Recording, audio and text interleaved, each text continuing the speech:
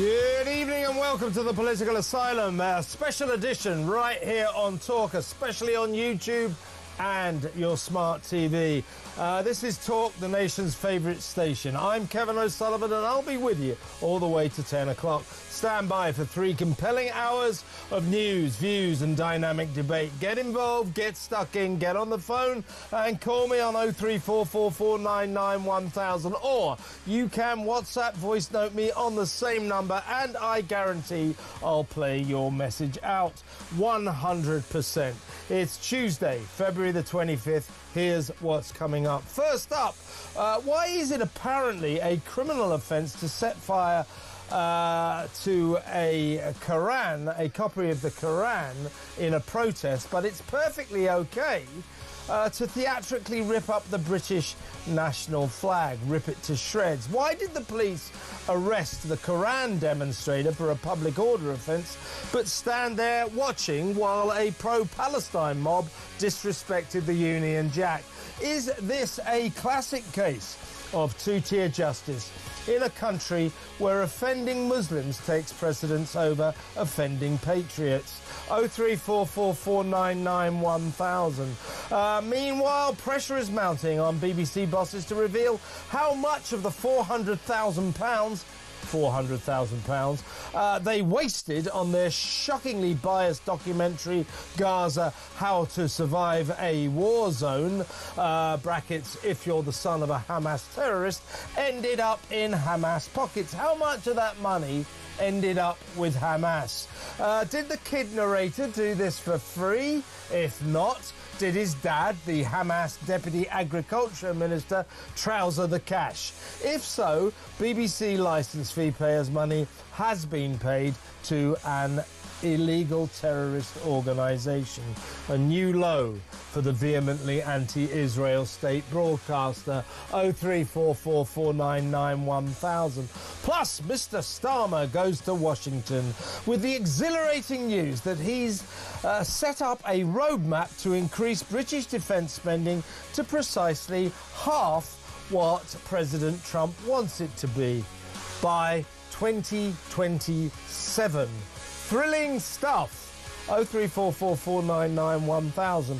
Meanwhile, Business Secretary Jonathan Reynolds is still lying, pretending he never claimed to be a qualified solicitor. Pantomime voice. Oh, yes, he did. A lot. Says he didn't do that. That's just not true. Don't compound a lie with another lie, Reynolds. 03444991000. Also tonight, crazy Ed Miliband's spiralling energy bills. Not his fault, apparently, but did the mad net zero nutter lie when he promised us that his green zealotry would save us 300 quid a year and set our energy bills plummeting? It's done exactly the opposite, hasn't it? Up, up, up. This guy's a liar, a charlatan and a fool. 03444991000. Meanwhile, the astonishing Egyptian tomb that could be the most exciting discovery since Tutankhamun. And a new shock on the asylum seeker front as the migrant crisis escalates to epic proportions. All that and so much more. So don't go anywhere. Stick with me right here, right now on Talk, home of free speech and common sense. Let's spend Tuesday night together. And right off the bat, let's go straight over to columnist on The Sun, The Sunday Times and The Spectator, the great Rod Little. Evening, Rod. Hiya, how you doing? I'm actually a qualified gynecologist and a practicing solicitor, and I would also like to work for the new Labour government. Well, you're certainly qualified because you're a very good liar. So Keir Starmer will be very interested in your application. Don't forget to lie through your teeth on it and lie to the public in order to get yourself elected. That's what these guys do. That's how they roll. Great government. Before we get to Mr. Starmer goes to Washington and all that sort of nonsense, actually, I want to talk to you more about this BBC documentary which you wrote about with your customary brilliance in the Sunday Times. But first, let's talk about a demonstration. Now, a couple of weeks ago, a guy in Manchester, as a protest, set fire to a copy of the Quran. The Manchester police arrested him, and he was subsequently done for a public order offence, which many of us interpreted that now it is against the law to set fire to desecrate, if you like, or to blaspheme by setting fire to the Quran, to the Muslim Bible, if you like. But it should not be against the law. Meanwhile, a bunch of demonstrators this past weekend in front of the police made a big theatre, we'll play this in a minute, a big theatre of theatrically ripping to shreds the British flag, the Union Jack, or the Union flag as you're supposed to call it if they're not, it's not at sea, but everyone calls it the Union Jack, so we'll stick with that. So my question to you is, why is it seen as a crime to set fire to the Quran, and yet not a crime to desecrate or disrespect and rip to shreds the British flag? These scenes we're watching now, the police just stood and stared while this happened. Well, is it, what I'm asking you, Rod, is this just a classic case of two-tier justice in a country where it appears to have become a primary crime to be offensive towards Muslims? Yeah, I'm not sure about the two-tier thing. You know the answer. The answer is because we spend most of our lives appeasing the Muslim community. You know, we do it everywhere.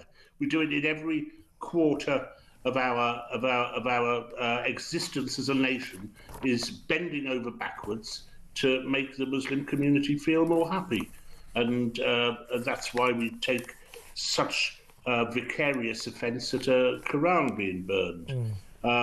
If it were down to me, those Hamas groupies tearing the Union Jack to bits wouldn't be prosecuted. I don't think it should be a crime to. It's typical Palestinian behaviour, isn't it? Whether it's burning a book or indeed tearing a flag to bits. Yeah. You know, they are infants. The infantiada. They're infants. That's what they do. They let off guns. They're shouting, they set fire to things. They're ever having a day of action, when a day of clearing things up a little bit and maybe building a hospital would be a far better idea. I have absolutely no time for them. But I don't want them prosecuted for tearing a flag to bits. I'd like them deported, but not actually prosecuted. And the Quran, we've dug ourselves into this. We've dug ourselves into this through successive governments commissioning committees to get together to tell us what Islamophobia is. And undoubtedly under those restrictions, there will be something which says, if you're seen burning a Quran, you're an Islamophobe, and Islamophobia is against the law, etc., etc. We've done it to ourselves. I'd rather hope that a new realism might have gripped the place, but it'll take ages and ages for it to percolate down to the idiots in our police force, who I dare say are, given instructions when they go out to Palestinian marches. Don't worry if they tear up the Union Jack or shout abuse at the Jews, but if anyone has a go at them, make sure you step in to protect them. They're Muslims, you see. They're Muslims, and they're peaceable, nice people who want nothing more than a beautiful free land full of unicorns, and all they get is oppression. Exactly. Are you? I mean, you're right. I agree with you, Rod. You should be allowed in this country, an alleged free democracy that enshrines allegedly freedom of speech and freedom of expression. You should be allowed to both rip the Union Jack to shreds if you want to as part of a demonstration, and also set fire to the Quran. I don't think you should be able to have one without the other. So if you just make it a crime to set fire to the Quran, but it's fine to destroy the Union flag, then we've got a problem. And we are edging back towards the blasphemy laws that we got rid of, I think, in 2008. Did you? Yes. Do you recall that Muslim MP standing up recently and asking Keir Starmer to condemn all desecrations of religious tracts, particularly Arabic religious tracts? And of course Starmer said, yes, we do condemn all of that. Now, I don't recommend destroying religious tracts as a hobby. I think it is probably offensive to people, but you should be allowed to do it, shouldn't you? You should be allowed to do it, of course you should. And of course the difference will come if a Muslim was seen burning the Holy Bible, which in fairness they do not do. They tend not to do. But if that was shown, there would be nothing to come of it whatsoever. There would be no criminal prosecution. We've done this. We've abased ourselves because of the mantra, which is that they are repressed people. And that's the reason they get so angry from time to time, and blow themselves up. And we don't want them to blow themselves up. So we have to enact special legislation to protect them from all evil. And it's become an absurdity, and we know why it is. Yeah. But nobody will do anything about it, because in order to do anything about it, you have to first admit it. And if you admit it, you're a kind of racist. You're an Islamophobe who's saying, why can't I tear up the Quran? Let's not forget also to remember the police demonstration. I happened to actually be there in an observatory capacity, of course. It was in central London, and the pro-Hamas lot were all chanting jihad, jihad, jihad. And subsequent to this, we suggested that perhaps this was against the law because it was a call to violence, a call to have people killed for their anti-Palestine beliefs, their anti-Quran beliefs, their anti-Islam beliefs. And the police went to the Met Police, this was in London, went to the ends of the earth to say, no, you see, there's this other interpretation of jihad. So what the Met Police tried to have us believe was that this baying mob, this chanting crowd were actually chanting for a call to a period of religious reflection, which is the other meaning of jihad. It means holy war, whatever way you look at it, whether it means reflecting upon holy war. But it's nice that the Metropolitan Police are now Quranic experts, much as was, of course, Tony Blair, who always used to say, of people like Sheikh Abu Hamza al-Masri and the various other incendiary clerics we had around at the time when he was in office, he used to say, well, they're not true Muslims. I'm sorry, and you are, Tony? You would explain to me how you are able to divine what a true Muslim is. I mean, you are able to make that decision. Because I used to speak to Sheikh Abu Hamza al-Masri, and he assured me he was a true Muslim. It is. But Muslims, when only very, very few of them, of course, extremists become terrorists. When Muslims become terrorists, according to the police and the government and our authorities, they're no longer Muslims. They're loners with mental health issues. No, that's right. That's right. And it was the same thing at the time. Sheikh Abu Hamza actually told me, he said, most of the imams believe the same as I do, but they are too scared to say it in public. That was what Masri thought. Incidentally, he also once told me, I came in to find him reading the Daily Telegraph with his hook at one. He's reading the Daily Telegraph. Sorry, shouldn't laugh. Sorry. Yeah, you shouldn't laugh. You should have watched him go to the toilet. Was he going, I can't get the bloody page up. Yes, that's right. Exactly right. And he was reading the Telegraph and he said, Rod, I see that your government has lowered the age of consent for homosexuals to the same that it is for human beings. Good to see you. Listen, let's go to break now, Rod. And when we come back, I want to talk to you about the BBC's ongoing problems with their fabulous documentary, Gaza, How to Survive a War Zone If You're the Son of a Hamas Terrorist. That next, stay tuned.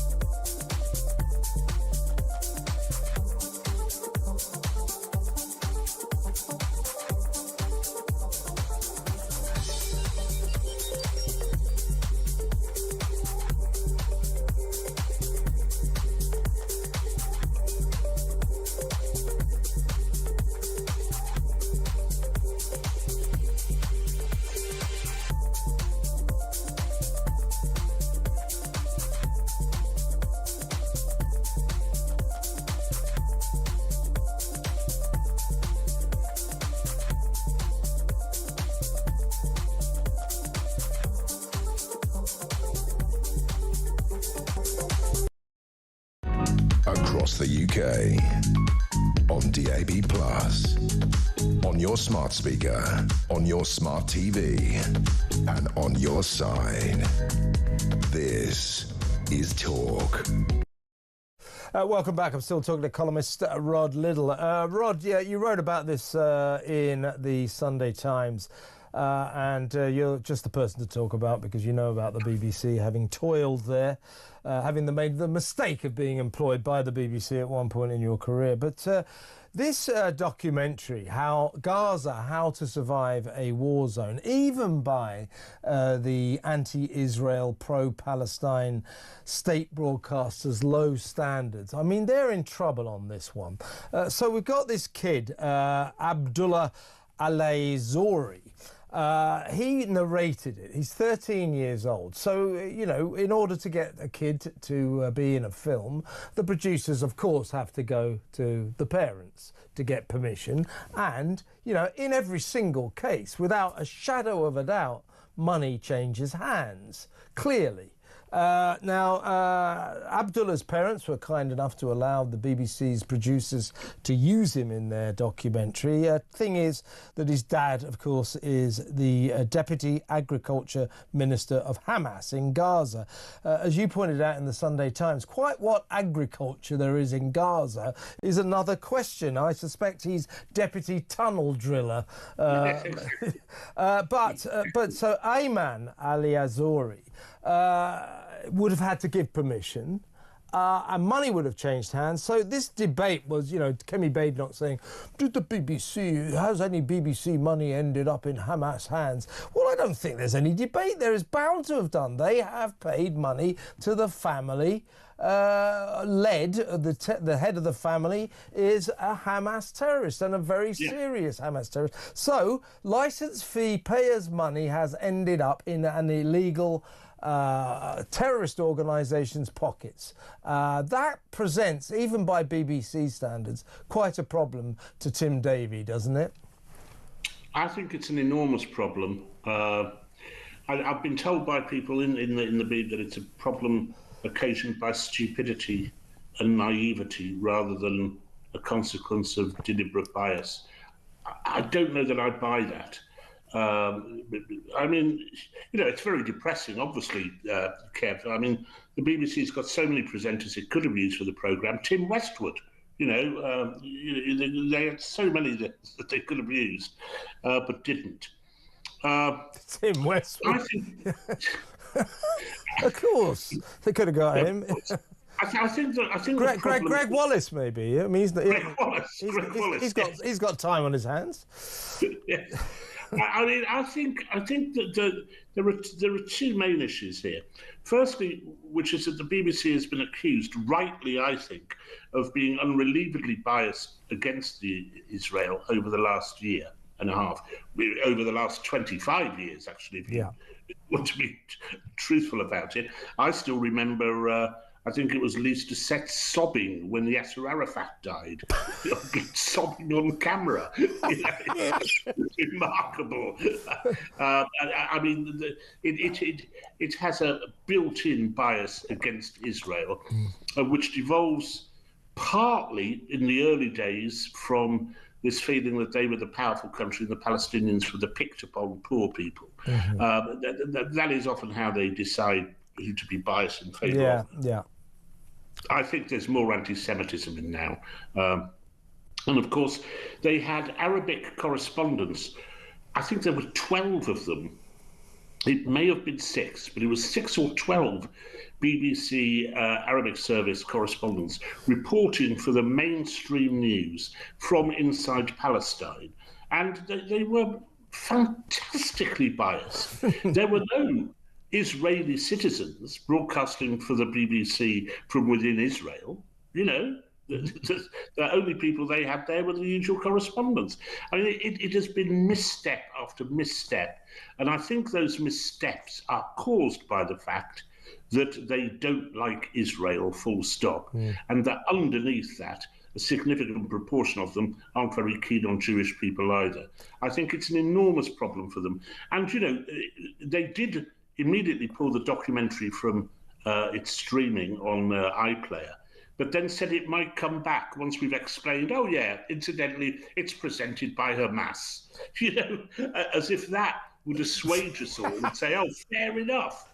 I mean, they're in a terrible mess. Well, I'll tell you what they're saying right now, absurdly. They're saying that they've, as you say, the chronology of this is they put the damn thing on TV, then it was available on the iPlayer, as most programmes are. When this row erupted, when it emerged that they had neglected to tell viewers that the narrator was the son of a senior Hamas official. And by the way, there are other elements to this. Do you know Mr. Fofo, who's the guy, he films fake scenes of horror to make Israel look bad. He filmed some of the scenes in this, and there's another kid that Mr. Fofo regularly uses in his fake anti-Israel films. So it's not just this kid. The whole thing is a swirling mass of, it's a Hamas production, it seriously is. But anyway, they put it, it was on the iPlayer, and people like me said, well, you've got to apologise for this, you've got to put it down. So as you say, they first we apologise for not letting you know that this is a Hamas production, but now it's okay to keep it up there. We're going, no, it's not. No, it's not. They've now, it's last Friday, after about 3 days, they finally sort of shamefacedly pulled it down for what they called a period of due diligence. Due diligence. Now, that would be the due diligence they should have shown it before screening it on TV, right? Yes, it's the due diligence they should have shown in the production process and when it was commissioned. And it also coincided, that decision from the BBC, with Lisa Nandy, the Culture Secretary, saying that she was going to raise this issue with the BBC. And, when a good left-wing Labour MP like Lisa Nandy is offended by the fact that this is a Hamas documentary, then the BBC should sort of get the idea that it knows it's in trouble. I think it's time for Deborah Turnus to resign. The head of news, yeah.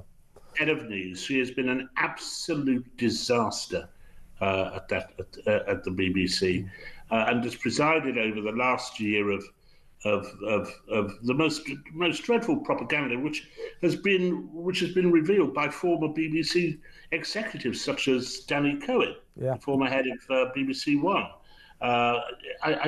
No Jewish person could trust the BBC the way it is at the moment.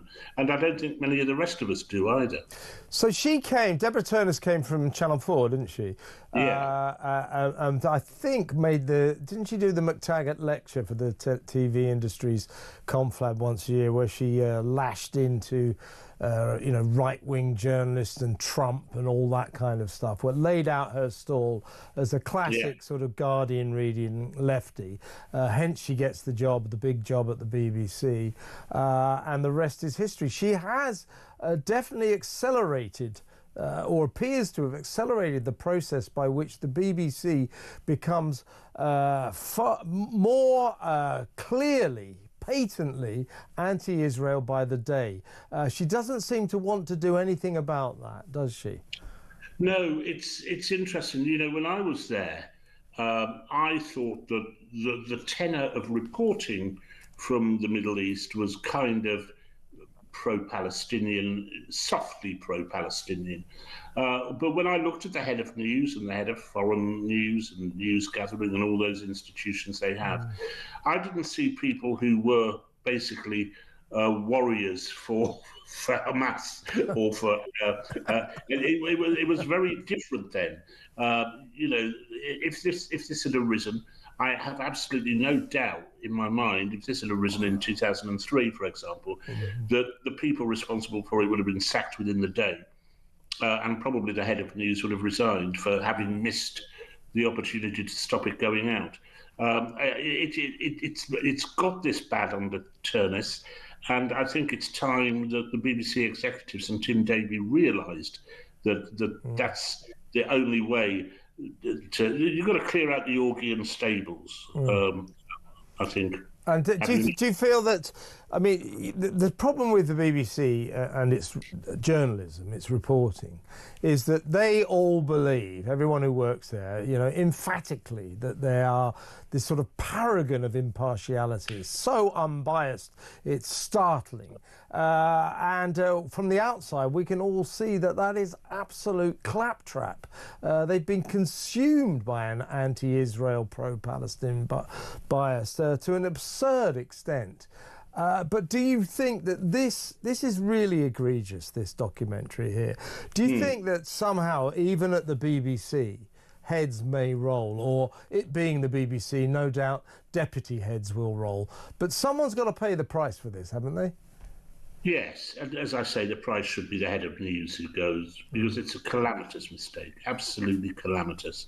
And yes, it has been egregious over the last year, and they console themselves by saying, well, there are people on the left who say that we're anti-Palestinian, which doesn't excuse them from the fact that there have been so many investigations into the BBC's coverage of this conflict, all of which have decided, yes, you're very, very biased. That it's time they took notice of some of them. It's an enormous, and I would have thought, kind of almost existential problem for BBC News, because unless it gets rid of its director, I think, how can we trust it anymore? And I'd be interested to hear what Lisa Nandy has to say about this to Turness. Yeah, the problem with Lisa Nandy, I mean, she's just symptomatic of the Labour Party. I mean, I happen to think that Lisa Nandy, in particular, is a very overrated person. But that notwithstanding, you know, she represents the Labour Party, and the Labour Party basically, in their ideal world, they'd let the public service broadcaster, the BBC, get away with everything. But do you feel that even Lisa may have to draw the line at this documentary and make sure that something is done to show the public that the state broadcaster does understand it cannot be this prejudiced against Israel? I think that the government, and Nandy is included in that, has got a new sense of realism, has had a new sense of realism foisted on it in the last 2 weeks, you know? And I think you see that. A Labour government cutting its aid budget pretty much in half is not what you expect. You know, it really isn't what you expect. Yeah. And I think they are imbued with this new kind of realism. And, yeah. And I think it's possible that something could come from that. That being said, of course, the BBC would have been was euphoric on July the 4th last year when Labour was elected, and Labour doesn't like to diss its supporters, as we saw as soon as it got in office and started bunging out the dosh to everyone who had voted for them. I'll tell you what, the BBC was so excited as Labour won the election on that notorious night that their excitement levels were almost as high as Sky News, which was literally literally had champagne. Well, you know, you say that, Kevin, but that is something else to bear in mind, because I think that ITN and Sky News are both worse than the BBC. Yeah, I think you're right. And I don't say that lightly. Rod, excellent. Really good to talk to you. Always enjoy our Tuesdays. See you next week. Rod Little, columnist at The Sun, the Sunday Times, and The Spectator, wrote about this documentary in the Sunday Times. And as usual, hit the nail right on the head. This time, I think the BBC has gone too far. Think about that. That's your money. That is BBC licence fee payers' money has almost certainly ended up in the pockets of an illegal terrorist organisation, that organisation being Hamas. Think about that. Let me know what you think. 0344 499 1000. Next up, it's Tim Montgomery. He'll be in the studio in just a second, so stay where you are.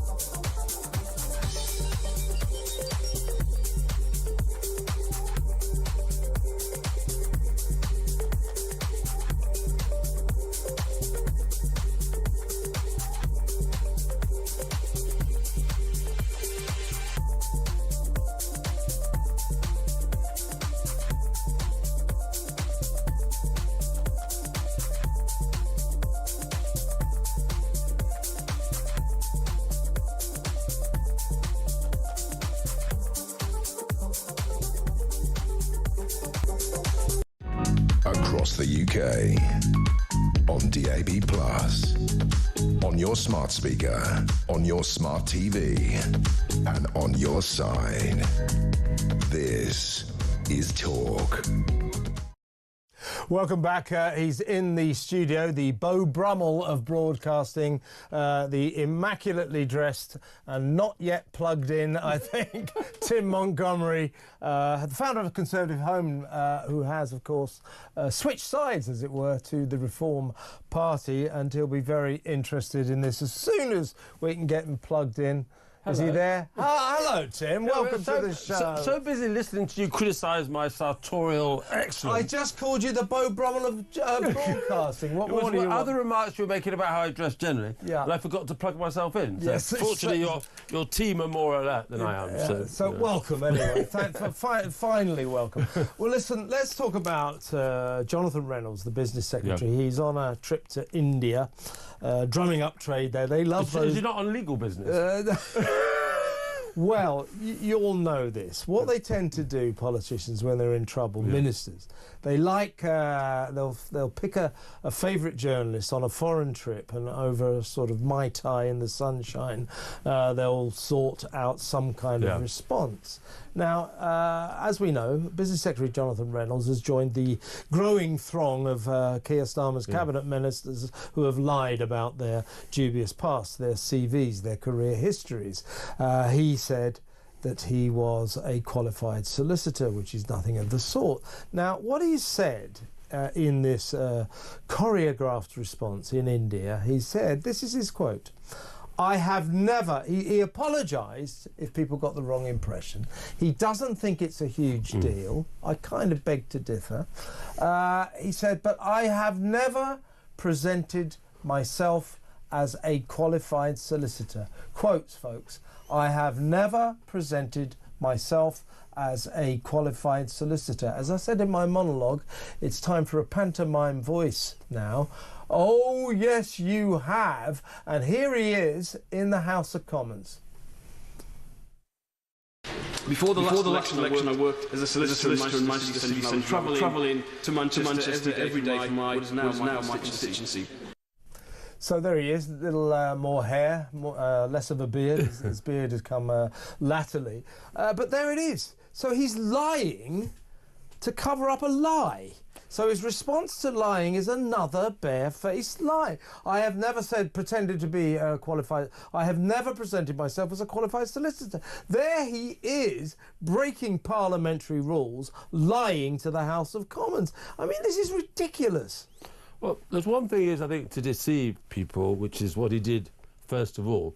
But then when you're sort of caught, on camera, telling that lie, to then sort of say, well, I didn't say that, when we could all see with our own eyes that you did.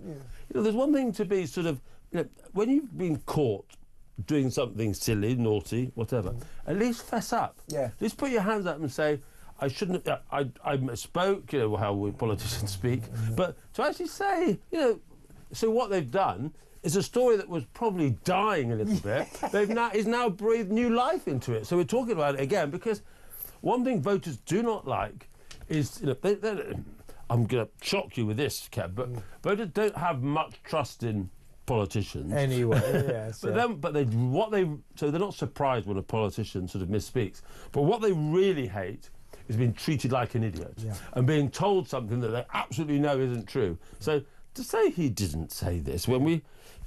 He more than said it. He more than said it. He said it then. He said he's been recorded saying it many times. He put it in his LinkedIn profile and on his ministerial profile. And the serious aspect of this, well, there's a lot of serious aspects of this. You don't really want people who are holding the most important offices of state to be barefaced liars, silly little liars, to be honest with you. But this guy, like all politicians, got elected on the back of his personal history. So he was elected on the back of a pack of lies. And I used to sing about this at the Royal Opera House, by the way, when I used to be an opera singer. And then when I was in the cabinet, I warned about people. Great. I was just saying exactly the same while I was on the road to curing cancer. But seriously, Rachel Reeves, they would be better now if they were a little bit more honest. Rachel Reeves, well, you said you worked at the Bank of England as an economist for 10 years, but it's now emerges as only 5 years and 3 months. I mean, what have you got to say about that lie, Rachel? I was an economist at the Bank of England. That doesn't answer the question, does it? Now, of course, what do they all put this down to? Again, don't pile lies upon lies. Why has this cropped up in Jonathan Reynolds' life? Same reason as it cropped up in Rachel Reeves's life, probably Louise Haigh, the long-forgotten former Transport Secretary, an administrative error. Another lie. Yeah. No, it is ridiculous, and I think people are gracious enough. If you make one error, like it's just on one occasion, you know, people will not be surprised, but particularly with Rachel Reeves, there is a pattern of this. But it wasn't just she exaggerated her role at the Bank of England, she then exaggerated her role at Halifax, the Bank of Halifax. And of course, do you remember that book, that pamphlet she wrote about women economists? It had lots of plagiarism in it. So I'm afraid, you know, you give people the benefit of the doubt perhaps once or twice, but to basically have the same sort of pattern of dishonesty on 3 occasions, well, that's not good, is it? You want to say to Rachel, well, Rachel, you know when you write a book, the thing is, the idea is you write it yourself. You don't nick it from other books. I saw Dominic Lawson wrote about playing her at chess as well. Very interesting. What did he say? He's a very damn good chess player. Yeah. And he did a series which I used to listen to on Radio 4 called Across the Board, where he interviewed people during a game of chess. And to be fair, she was the only politician who agreed to do it. This, of course, was during her opposition days. And he quite clearly pummeled her, you know, because she said she was a chess champion. And he said that the way she played was she just like went in like a bull in a china shop, put pieces going everywhere, playing lots and lots of little strategic moves, but no overall strategy. It was like time was Chancellor. Well, that's what's interesting. And he beat her in about like 40 minutes flat, at which point when she realised she was finished, she uttered an sort of ministerial term beginning with S and ending in T.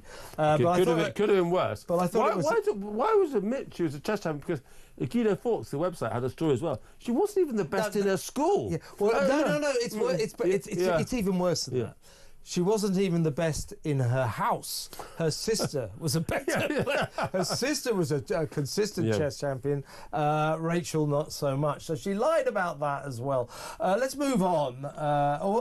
Funny enough, this is interesting. You'll be interested in this. I don't know if you've seen it. Here's Nigel Farage in a response to this latest lie by Jonathan Reynolds. Before.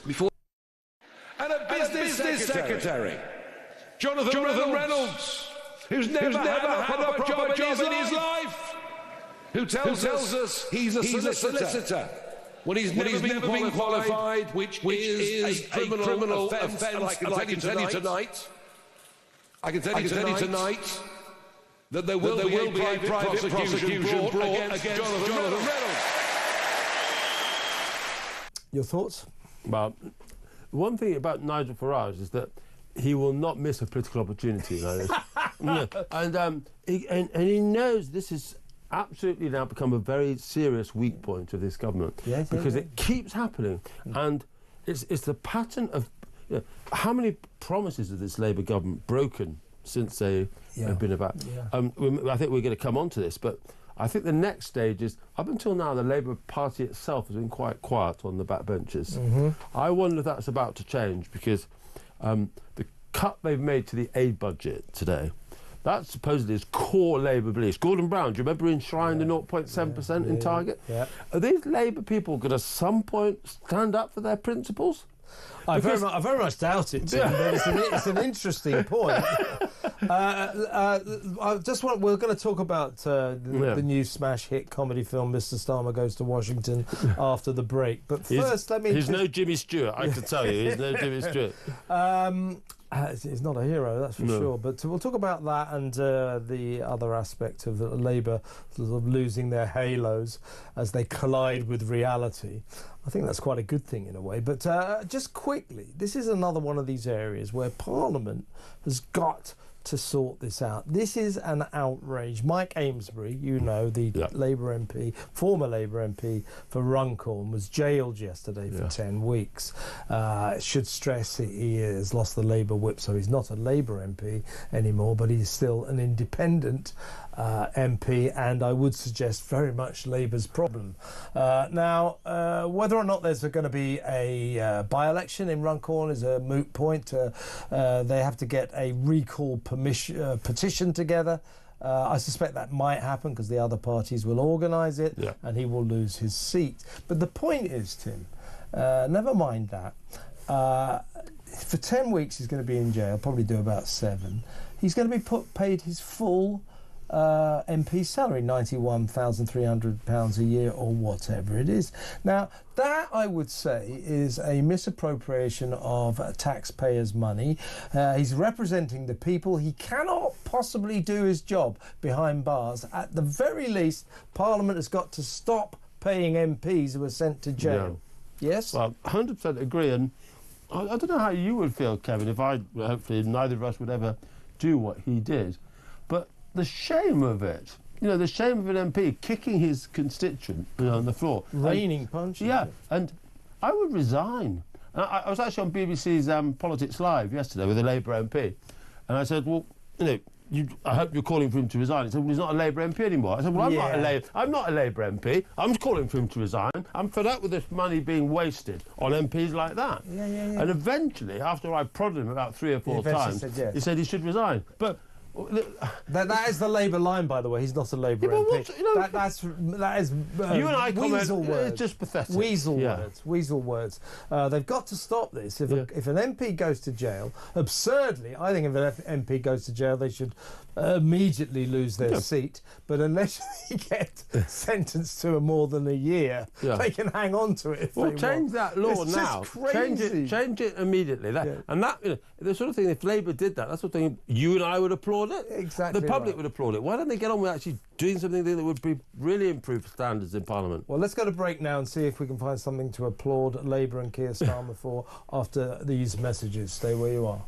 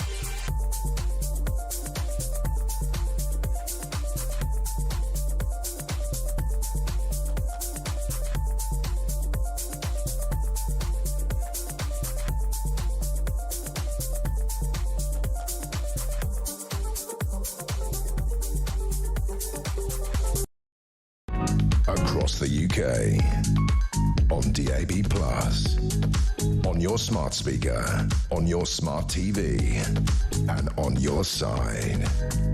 This is Talk. Welcome back. I'm still with Tim Montgomery.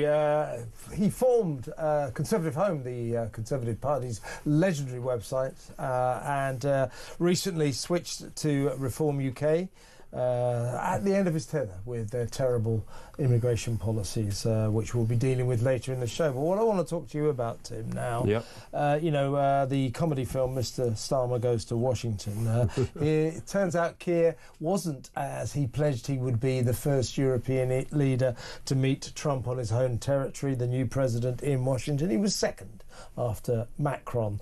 Macron saw him yesterday, of course. Now, he's going to Washington, and he's going to say, Mr. President, you asked all the European nations to step up to the plate and to raise their contributions to their defence budgets, the percentage of their GDPs to be spent on the military. Now, you said 5%. Well, I've got great news for you.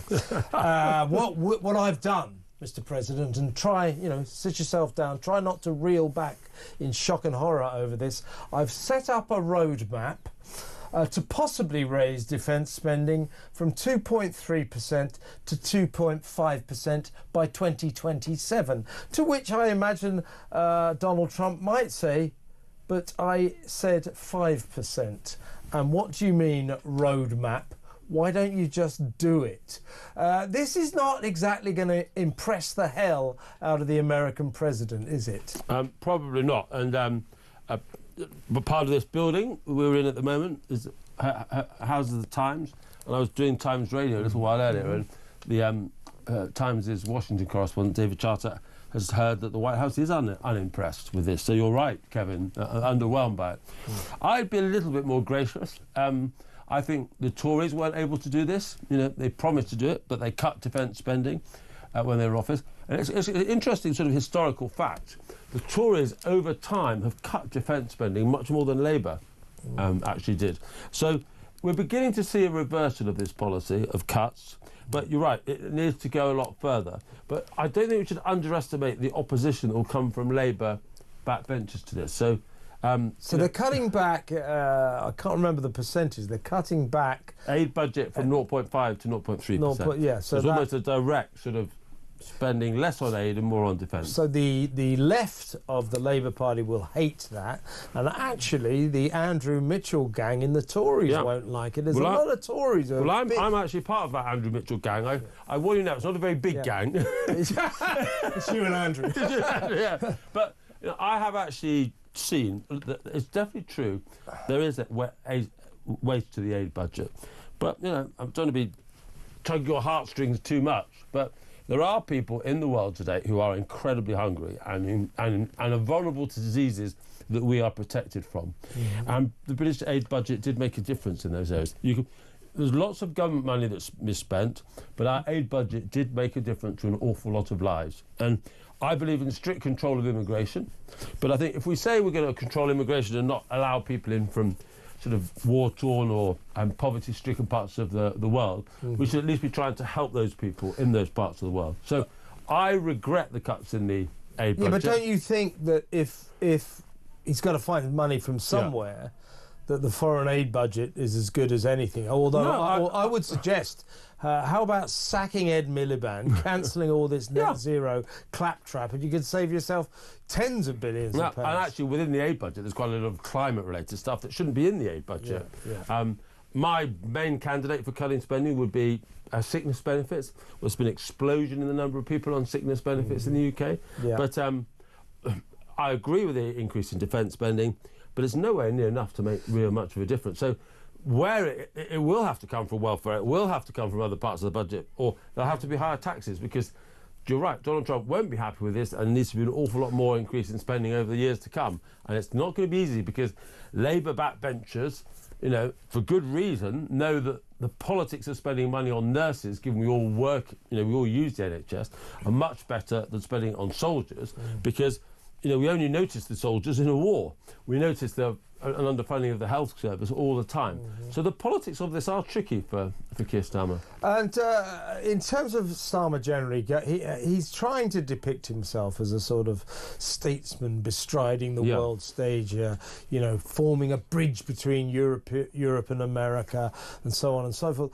But I don't. I more than suspect this. I'm pretty certain. The other day, Donald Trump was asked, Donald, why? What? Starmer's coming? Are you looking for? Why is he going? Very nice man. So Trump went, yeah, I don't know. He wants to come, so he couldn't care less. I think that Donald Trump regards Keir Starmer quite accurately, in my view, as the same as the rest of those sclerotic, weak, woke EU leaders. They could not agree on the time of day. They never get anything done. They're weak, they're woke. And Starmer's contention that he's different from the rest of them, I don't think that holds water with President Trump, do you? I don't, but I'm glad Trump is president. I think he's making a difference. But I think the Polish president was kept waiting an hour by Trump the other day. Now, Poland is spending 4.7% of their GDP on defence. They're a nation that really has stepped up to the plate. They're very worried on the border with Russia. So Trump is a definite net good for me, but I think sometimes he does treat people in a cavalier way, and that you need to be more careful with. And also the other thing about Trump is, people getting their knickers in a twist right now. He's selling out to Russia and everything. And I agree, the signs seem to be heading in that direction, but you never know with him. No. You never know what the game plan is. He'll sell... I don't think he always does sometimes. I think you're right, but he will tell one side one thing and the other side the other thing, and in the end he'll get to where he intended to get. But what I think is really interesting about European defence spending is any amount, goes back to Trump's last administration, to a lesser extent Biden, but it still went on, any amount of America saying to European leaders, you start paying your way in terms of NATO, you are all reneging on your obligations. Any amount of him saying that, and Biden to a lesser extent, was just completely ignored. Yeah. Now there is this real prospect that Europe and European countries might have to defend themselves without American help. Suddenly they're very galvanised and they are looking at their defence budgets. Yeah. Well, we are, I'm afraid, a continent that has completely taken America for granted. Yeah. We have behaved selfishly and badly. And Germany, the new, will be Chancellor soon, Friedrich Merz, the leader of the CDU, his criticism of America, the reason Germany has been able to have a lot more spending on welfare and investment in its car industry, which is then used to compete against America, is because it's been subsidised by America. The lack of gratitude for the American defence canopy that we've lived under for a long time is quite extraordinary, really. We are ultimately a dysfunctional continent that spends far too much money on welfare, far too much money on green nonsense, and don't control our borders.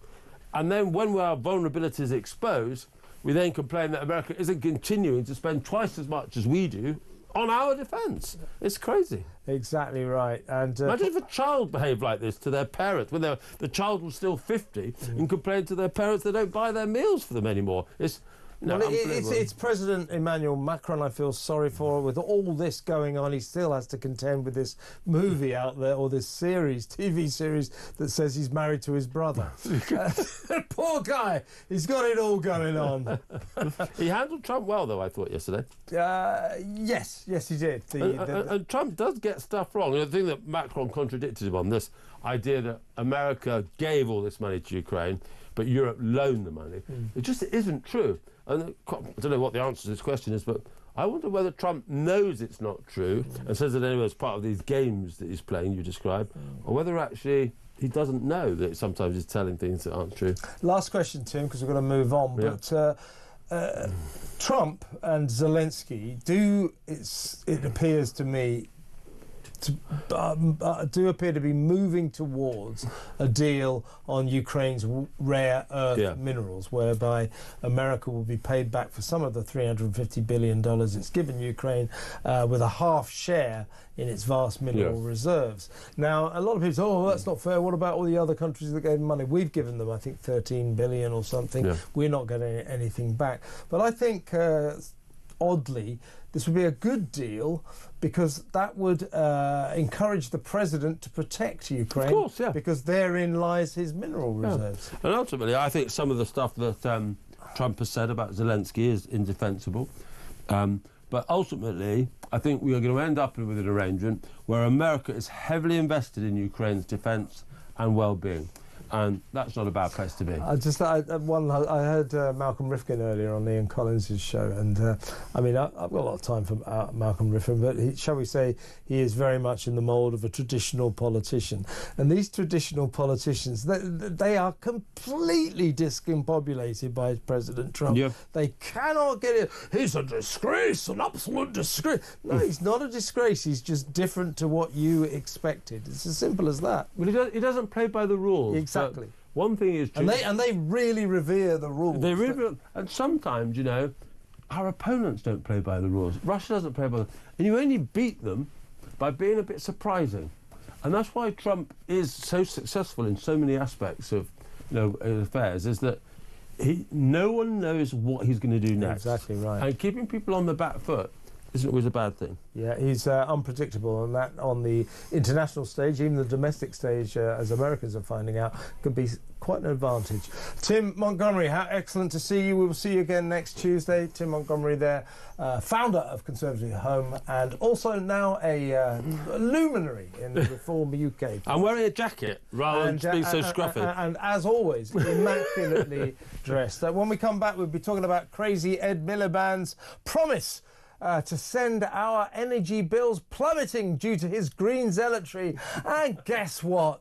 I'm shocked, but the bills are going in the opposite direction. Is he a liar, or just mad, or both? That next. Stay tuned.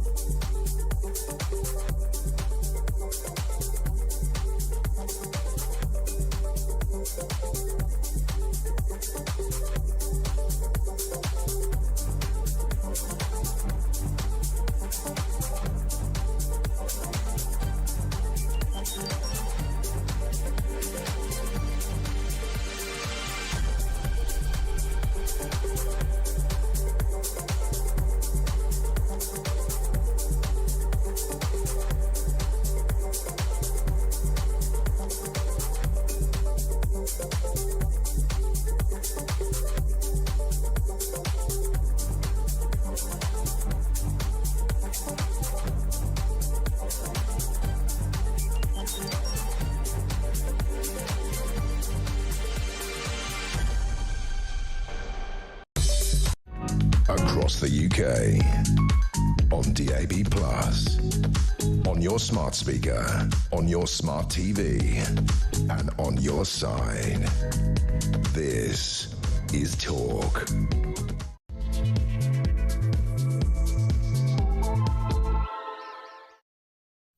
Welcome back. It seems like only yesterday that Crazy Ed Miliband, the net zero the net zero secretary, was assuring us that his green zealotry, his mania for turning the entire country into a mass of windmills and solar panels, would send our energy bills plummeting. 300 quid a year savings minimum.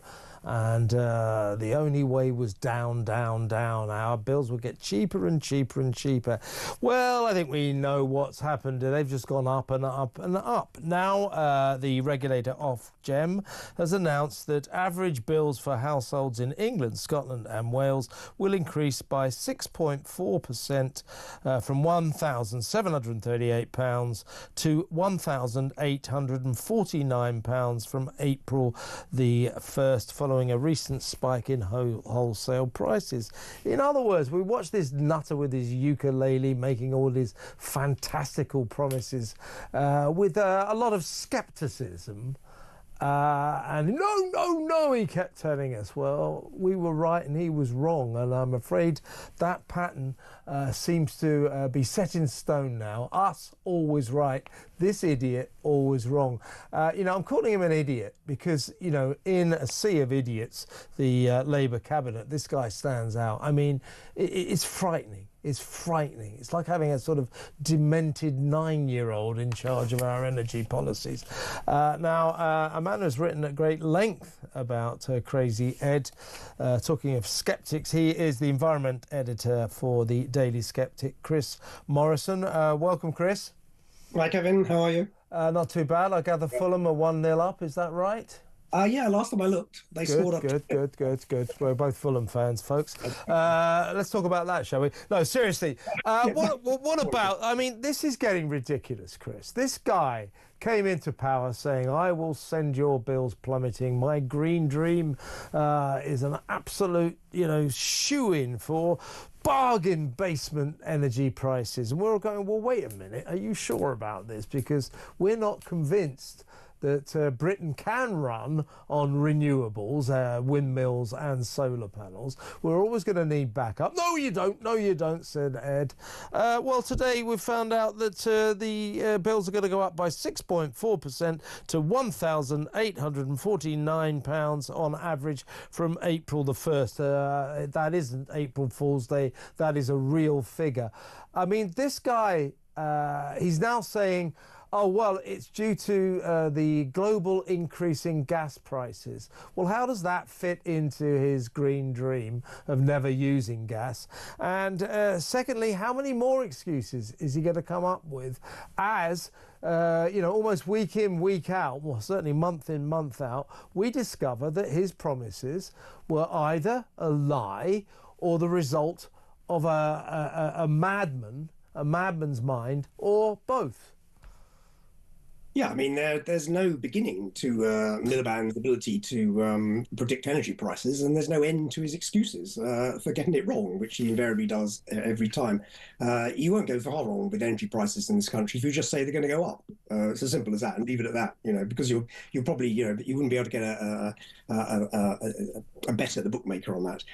He is saying that in order to get energy security, as he calls it, we need to get rid of fossil fuels. Well, let's look at what happened in the last 3 months, the winter. It was a slightly colder winter, January, February, than normal.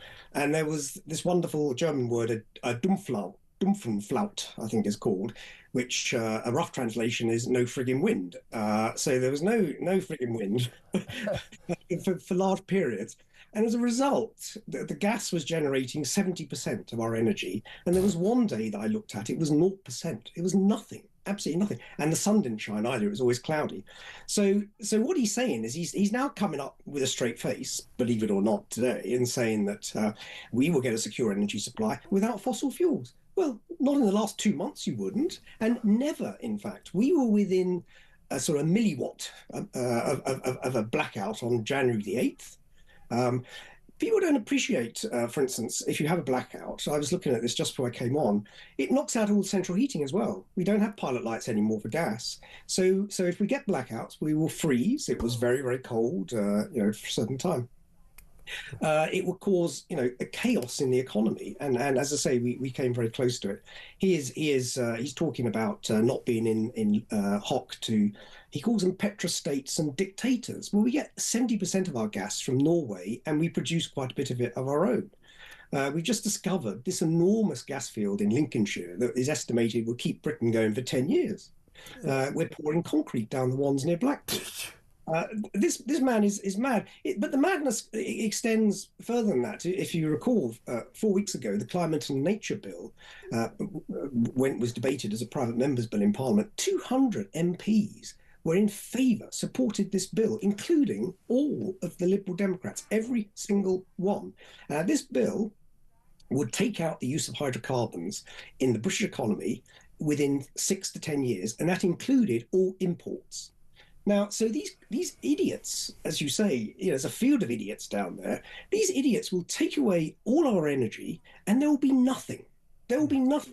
And as far as the increase in price, wind is going to get more and more expensive. There's a very good reason for this. I've just come back from the United States. I spent a few days in the Midwest, breathing the land of the newly free, if you like, where they're cracking and drilling like mad. Yeah. And so, sorry, I've just lost my thread. You're in the Midwest, just came back. I just came back, yeah. Where of course, they're expanding their energy and business like crazy. We are simply here closing it down.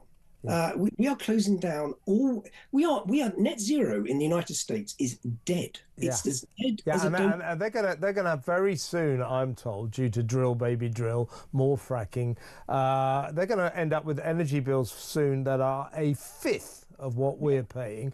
And going back to the Lincolnshire, this is one of the largest discoveries of shale gas in Europe, massive field, worth apparently could provide us as a nation with 10 years worth of very cheap energy. When this was discovered, by the way, also produce or create many thousands of jobs, Ed Miliband, when told this, his response was to go public and say, this only redoubles our belief in completely banning fracking forever. I mean, this is insane. And wind will only get more expensive, and already we're starting to see, because net zero is dying around the world, the windmill operators are going to start, having a really tough time, and they're going to be in order to put more windmills into the UK economy, they're going to want more and more money. So the next round of auctions is going to be very interesting. The prices they're going to have to give them to guarantee it, because of course, on the electricity side, the British consumer is paying every single year. We are altogether paying £12 billion in subsidies to keep these windmills going. The various sort of schemes, as you know, to turn them on, to turn them off, to do all sorts of things, and guarantee prices. That's going to get worse, because if you look at the opinion polls and you think that possibly Reform has got is certainly in the lead at the moment, Reform has completely screwed up the market for it. Because if there's any political danger that they're going to get rid of net zero, which Reform will instantly do, all of this investment becomes very, very difficult for them. And even if I saw, for instance, today we put the defence budget up by 0.2%, and we've taken it off the foreign exchange budget, which is very good because a lot of the climate change stuff comes out of that particular budget. So hopefully, like the Americans, they'll cancel all of that. You've got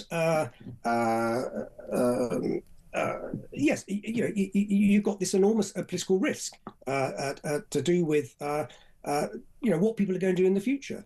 I would think there's political risk now, even with what the Labour government is going to do, because the Labour government is going to very soon run out of money. It's going to start running out of energy. It's going to start running out of everything. And as you said at the beginning, Ed Miliband is a zealot. he may well be got rid of in time. But by that time, as I say, 200 MPs, including 80 MPs, still support the idea that we can get rid of all hydrocarbons within a decade. It's just nonsense. Now, adding to these doubts, so Ed Miliband's big pledge is we will get to carbon net zero by 2050. It now transpires that only 16% of energy executives believe that target can be achieved. In other words, 84% of expert energy executives don't believe we've got a chance in hell of reaching Ed's cherished net zero target by 2050. So again, insanity. Now today, Chris, Keir Starmer has had to collide with reality in terms of defence spending. It's probably nowhere near enough, but he has been forced by the reality of world events to raise our defence spending by 0.2% from 2.3% of GDP to 2.5%. So something has happened there. Do you think that down the line, in this new spirit of colliding with reality, Keir Starmer is going to have to do something about this lunatic, this deranged lunatic we call the Net Zero Secretary, because it is his crazed personality that is driving this fantastical project that is destroying the economy of this nation, and it is costing us all a fortune. Do you think that Keir Starmer might, in the interests of reality, have to dispense with Ed Miliband's services? Well, you're assuming that he's the only one who believes in this. I think that quite a lot of them believe in it, and we've seen that the evidence of the support for the Climate and Nature Bill, 80 Labour MPs. I think a lot of them believe it. You know, we all know that Labour government is full of people who believe all sorts of weird things, you know, about women and men, and there's a chap, isn't there, who thinks he was a solicitor, and all the other things they get up to. And Rachel Reeves, you know, doesn't appear to tell the truth about anything, you know, on her CV. They live in a sort of fantasy land. They do, don't they? I mean, they just make it up as they go along. I mean, including their CVs. I mean, as far as I can see. So they live in a fantasy land, and I would hope that the reality of government running out of money, bankers telling them that you can't carry on like this. But I do wonder. I mean, you know, you listen to people. Yasmin Alibhai-Brown, I was listening to her on Question. The columnist, yeah. Or Guardian writer, or whatever, you know. Yeah. And she talks about, well, we're too rich anyway. She says, and this is the echo chamber of the North London dinner party circuit. We're all far too rich, and all these people are all, you know, going to Benidorm and sort of, you know, lavishing it up and ruining all our beaches and all that sort of thing. They, you know, a very sort of snobbish sort of way they look at the, you know, because of course the Labour Party has given up on the working class years ago. And they think, I think genuinely, that we could all do with being a bit poorer. And if that's what they think, whether they, of course, they won't say that in a manifesto, but that is the way they're behaving. Everything they say is designed to make us poorer. They are demilitarizing us. They are opening the borders. They are deindustrializing us. All of these. They're removing distinctions between men and women. You know, it goes on. I mean, you talk about it every day on your program. Indeed. You know, they're doing it deliberately. I mean, isn't it? You know, we think that, oh well, perhaps, you know, you know, I spent, as I say, a few days in the United States. It was refreshing. You know, every day. You know, all of these things that we still believe in, the woke agenda, the open borders. You know, 98% of migrants across the southern border have now stopped. He stopped it within 3 weeks just by sort of throwing a few back. Is it 98%? My God. 98%. There's only 2% of the migrants that were coming across under the Biden era. And in America, he's proved that, you know, a strong, purposeful president, you know, who's willing to sort of put his, you know, turn away from all this nonsense, this woke nonsense, this net zero, collectivist claptrap, the invented climate change, all of this stuff. It can be just got rid of, Trump has shown, by the stroke of his executive pen. And he's done it. And there's no way back. And I suspect, you know, if Trump 201 is a success, it'll be followed by, you know, a similar president, maybe J.D. Vance, the free speech champion who gave them all a lecture. I was listening to it in America. Loved that. Yeah. Loved it.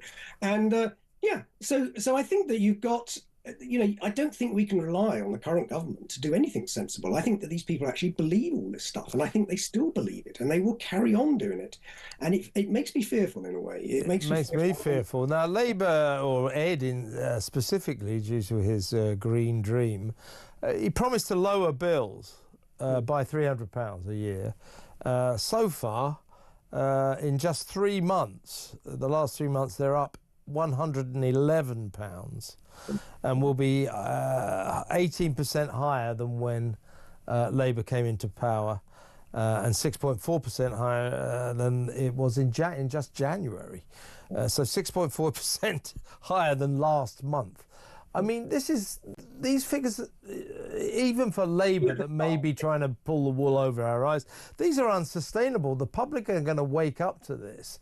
I mean, to go back to my earlier question, surely Starmer must be saying to Miliband, now listen, Ed, we have to do something about these numbers. Otherwise, he can't carry on, can he? Well, as I say, I'm not convinced that they understand the nature of the problem. I think that there's a mixture of Puritanism, there's a mixture of snobbery, there's a mixture of anti-class warfare going on. There's, the pursuit of power. There's the idea they're zealots. You see, the net zero agenda is essentially a far left agenda. It's a command control. Yes. If you control energy, you control everything that people do. And the communists have been after this for 150 years. And it all fell apart really with the collapse of the Soviet Union. And they had nowhere to go. So if you look at the way that the current green movement has started, it really took off from the far left had nowhere to go. Yeah. And they looked upon this. It was brilliant. It was brilliant because you control this, you can control everything, and that is what they're doing. And they're controlling it with a purpose. They're controlling our free speech. They're controlling, what we can say. They're controlling ultimately our diet, where we can go. And it's not a conspiracy theory because you only have to look at what they're doing. And the idea that Miliband is destroying the energy of this country, I'm afraid seems to be part of their plan. And until somebody in the Labour Party stands up and says, no, this is ridiculous, like everybody else is saying, let's assume that they're doing it deliberately, because I can't see any other reason why you do this crazy, these crazy plans. I mean, as I say, it's interesting in the States. I would say now, it's like it doesn't even exist, net zero. It's like, I know. What were we thinking? What were we thinking? Exactly right. Anyway, we better be careful with this conversation, Chris, because tomorrow morning we'll probably have a couple of rozzers turn up on our door saying, thou shalt not criticise Labour, which seems to be the new policy, as a grandmother found out up in Stockport when she criticised a local Labour councillor, and 2 coppers came round and told her to watch her step. So welcome to Starmer's Britain. They could try that with me. I'm too old to care. Yeah, me too. Chris, I'll let you get back to the game. Come on, Fulham. Yeah. Great to talk to you, as always. Chris Morrison, the environment editor at the Daily Sceptic. Seriously, he said that £300 was going to come off our energy bills. So far, they're up 111. Up 111. As I say, he's either a liar or he's mad, or I think the real conclusion we have to reach is it's both. He's a mad liar. You don't really want ministers, do you, secretaries of state who are mad liars. This guy is just that. Let me know what you think. Your bills, mad liar, in charge of energy, 0344 499 1000. When we come back, we're going to talk about Egypt. There's been the most amazing discovery of what could be the greatest pharaoh's tomb to be found since that of Tutankhamun. They haven't quite got in there yet, but they think it may be an astonishing treasure trove. We'll tell you all about that after this break.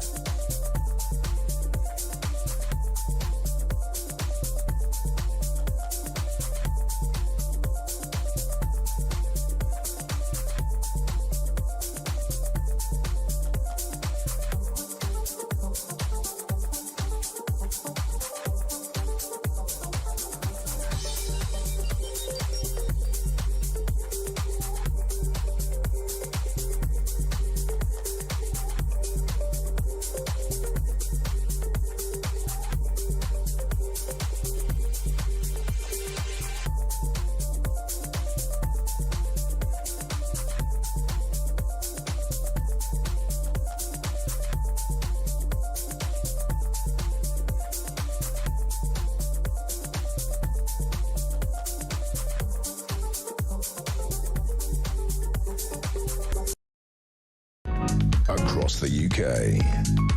On DAB+, on your smart speaker, on your smart TV, and on your side. This is Talk.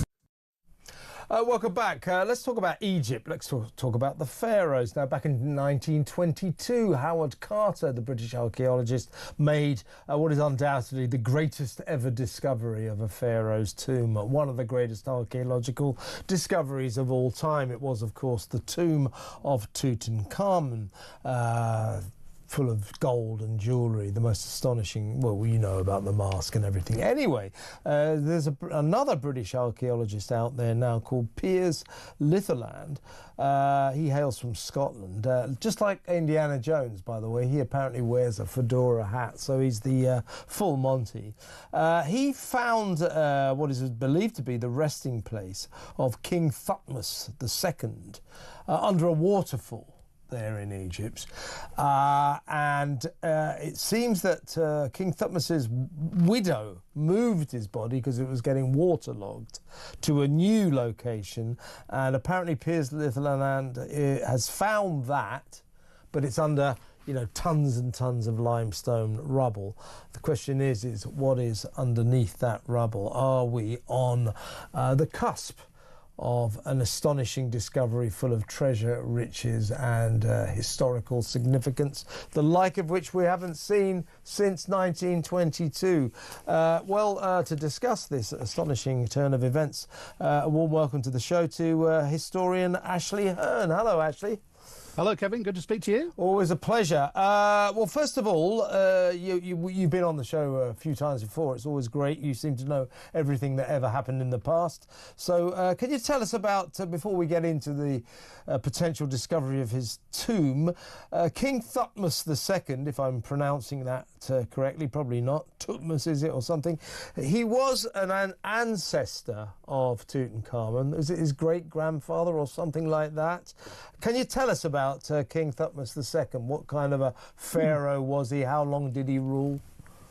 I mean, it's interesting about the pronunciation, Thutmose, because hieroglyphs only preserves the consonants. They don't preserve the vowels. There's no sort of consensus on how these words sound, so you can get away with it, no problem. Okay. Yeah, he's an interesting guy. He's part of the 18th dynasty in the period of Egyptian history called New Kingdom. Now, most of the pharaohs you've heard of, Tutankhamun, Ramses II, Hatshepsut, Akhenaten, are from that New Kingdom period. They come to power having reconquered much of Egypt after a period of disunity. For about 200, 300 years, Egypt is split up into lots of different kingdoms. Now, his dad is also called Thutmose the First, and he was an important general, one of the earlier sort of kings of the dynasty, and Thutmose is his son. But crucially, he isn't the son from his sort of royal wife. Now, Egyptian pharaohs had lots of wives, but they had typically had a chief wife, and their offspring would tend to have a better claim to be pharaoh. Now, it's clear that Thutmose II was the child of Thutmose with a minor wife, and this probably means he wasn't very old when he came to the throne. Most Egyptologists would say that this marriage took place after he became pharaoh, and we know he ruled for between Thutmose, the pair, Thutmose, his dad, ruled for between about 10 and 12 years. So he comes to to the throne probably as quite a young boy. There's a famous architect who builds a lot of tombs in this period, and he calls him a hawk in the nest. Okay. And how long did he rule, Ashley? Unfortunately, it's the old problem of, well, it depends who you ask. You've got two dates. You've got a short reign. Some people argue he rules for 3 or 4 years. Some people argue he rules for about 13, 14. The big problem is there are very few inscriptions associated with him. In Egyptology, that's how you tend to identify kings, through these inscriptions. We don't have lots of historical text which says he followed him, and this makes it a bit more complicated.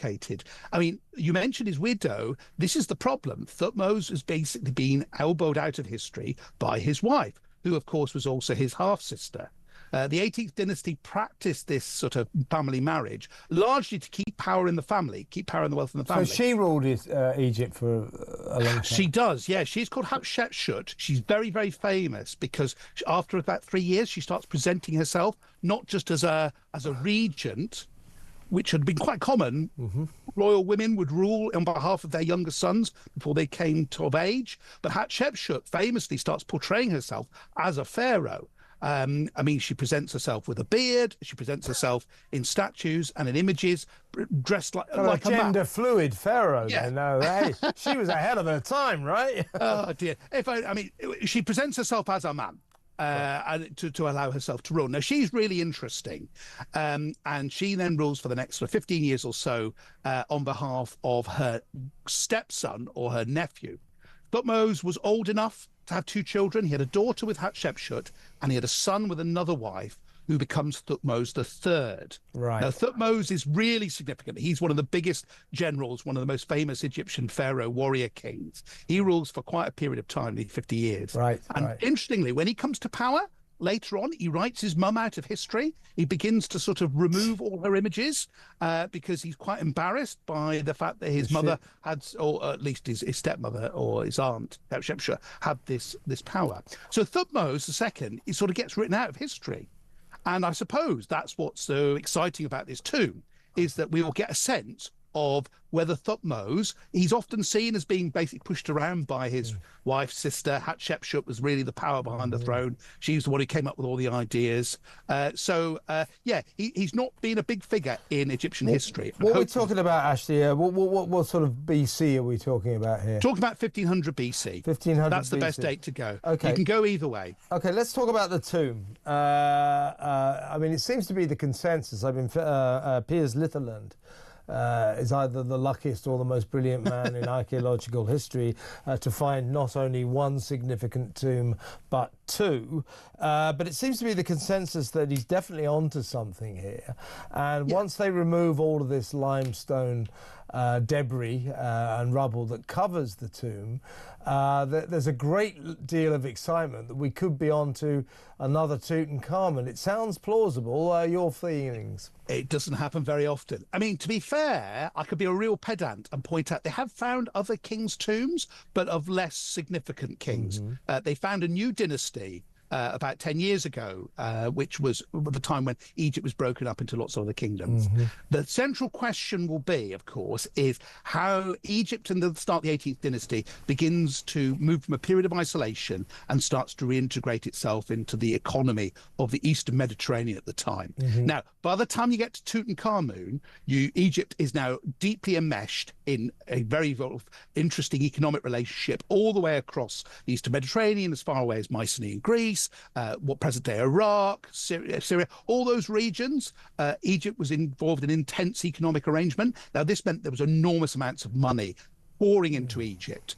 And that will explain why Tutankhamun's tomb was so wealthy. Because remember, Tutankhamun is just a boy pharaoh. He's not one of the great warrior pharaohs. The fact he has so much stuff in his tomb and he's not actually that significant implies the wealth of these tombs. So what do you think on Thutmose II?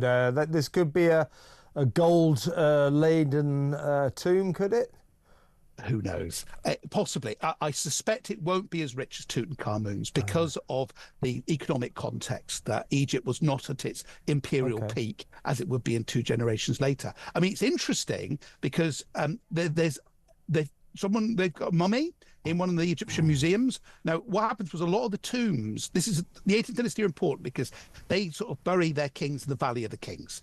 So they're the ones who start this practice. Where Tutankhamun was from. And some later priests, about after 1000 BC, some of the priests removed a lot of the mummies from the tombs because they were constantly being looted. This is the big problem. Most of the tombs looting went on, didn't it, through history? It had all the way through the last 3,500 years. Loot. Now, if this tomb is preserved intact, what's going to be so remarkable about it is it wasn't robbed. But there is a mummy as part of which has been identified as Thutmose II already in this museum. Now, it has his name on the side of the sarcophagus. Now, if that is Thutmose II, then presumably his tomb has been emptied. Okay. But it could be that the body was mislabeled. So this is what Litherland is arguing. He's arguing that the mummy that's believed to be Thutmose II isn't. His argument is the mummy's too old, that Thutmose died probably in his late teens, so it can't be that right one. And he's also argued that no one has ever found any objects associated with Thutmose II's tomb. Now, most of the other pharaohs, the stuff would be sort of distributed around by looters, flogged off on the black market or whatever, whereas nothing from Thutmose II's tomb has been found. So that's the central core of his argument, that this tomb he has identified will be Thutmose II's tomb and it will be intact. Now, even if it's not as rich as Tutankhamun's tomb, it's going to be a remarkable find, because again, this stuff doesn't happen happens every century. Perhaps there must be something about the 20s. Absolutely. So if this is not a kind of packed with gold, and you say that perhaps Thutmose II hailed from a slightly less prosperous time than Tutankhamun, what can we expect to be in this tomb if it hasn't been looted? We could probably, and there will be undoubtedly very rich objects, beautifully decorated objects. I mean, the tombs themselves are quite remarkable. I mean, the reason they've identified the first tomb, which you talked about, which was destroyed by a waterfall, good sense of planning there, was the fact it had a blue sky with gold stars. So that shows you it's going to be beautifully decorated. There's undoubtedly going to be a series of sort of chariots, busts, all sorts of remarkable. I mean, it will be a remarkable find. I mean, all sorts of things have been found, such as like an iron dagger made from a meteorite was something that particularly Egyptian pharaohs sort of loved. Was special. All sorts of models of boats. I mean, Tutankhamun's tomb had games. I once spent a very happy afternoon in the Swansea Egyptology Museum playing a replica of the game found in Tutankhamun's tomb. So we will have lots of interesting objects. What kind of game was that then? Like checkers or something like that? Sort of like checkers, yeah. All I know is I lost to the student who was running the museum. Well, you probably didn't know the rules. You probably hadn't played before. Last question, Ashley.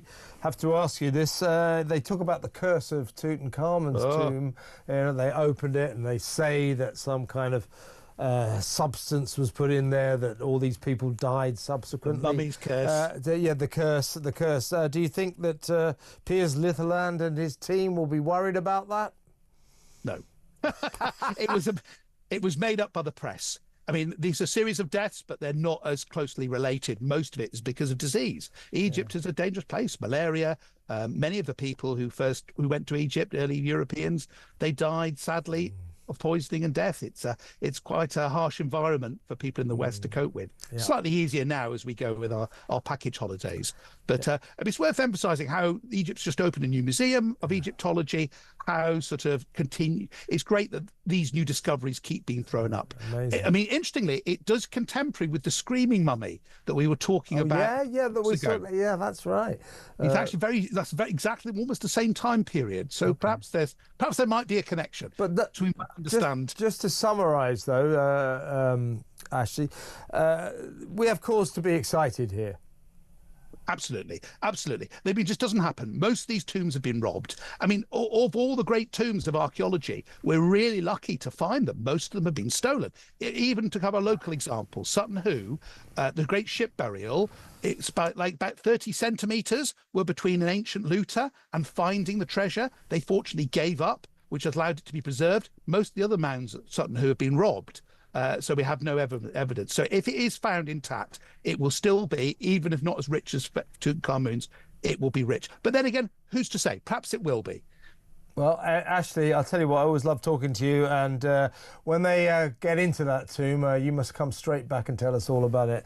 The brilliant Ashley Hearn, historian, he joins us quite often on this kind of story.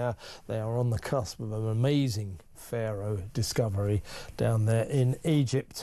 Next up, we might take some calls in a little while. We're going to go to Washington to talk to Sebastian Gorka, who is a senior member of Donald Trump's new team. I think he's deputy security chief. So we're going to talk to Sebastian about world events. And I want to ask him, since this is his area, what does he see as the biggest security threat to America right now, and by extension, the Western world. So we may come back and talk straight to Sebastian. If not, we'll go to the phones. Oh, he is there. So we're going to go to break now.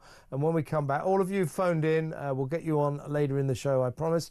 That's a promise to Mark, Georgina, John, Neil, and Chris, and a few others here. So all of you, stay where you are. We will get you on the show later. But first up, we'll go to Washington after this break.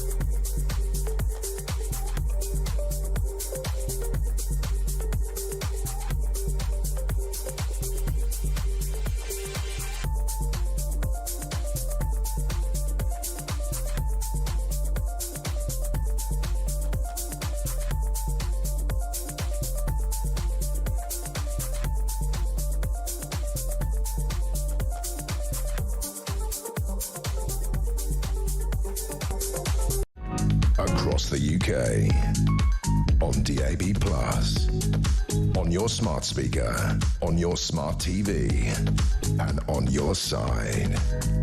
This is Talk. Welcome back. Now, let me tell you, this is a big moment for me because I watch this, our next guest, on all my colleagues' shows, and I always watch him with a sense of jealousy because I want him on my show. So tonight he is on my show.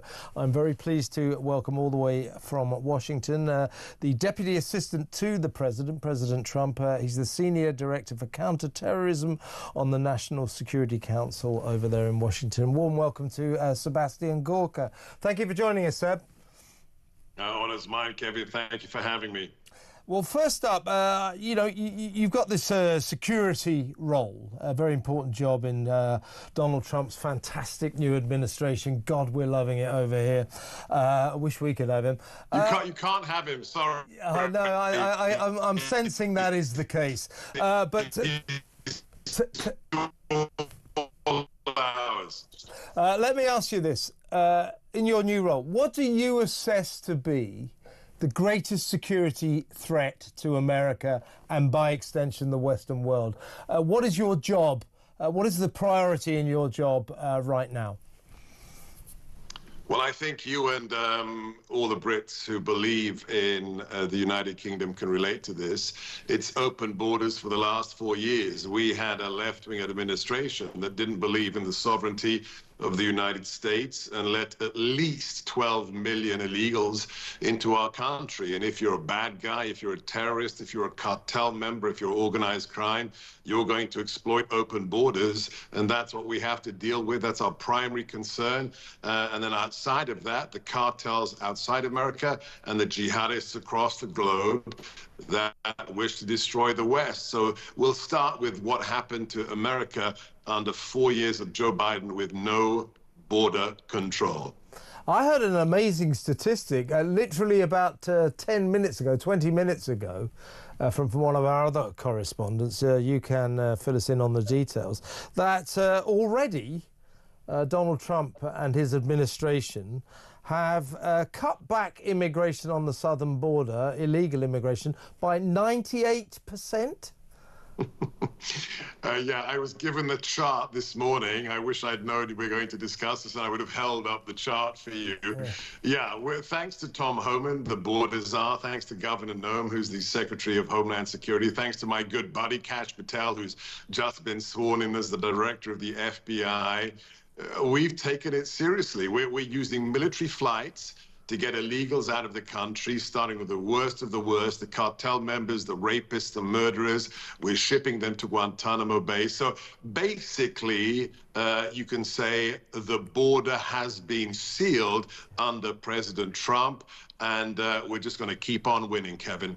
It's incredible. 98%. Again, I believe that Yvette Cooper was meeting your director, I think, of Home Security about this very issue. And I hope that our Home Secretary takes some tips, because our migrant crisis gets worse by the day, as you're well aware. What tips would you give this country to do something about our escalating crisis?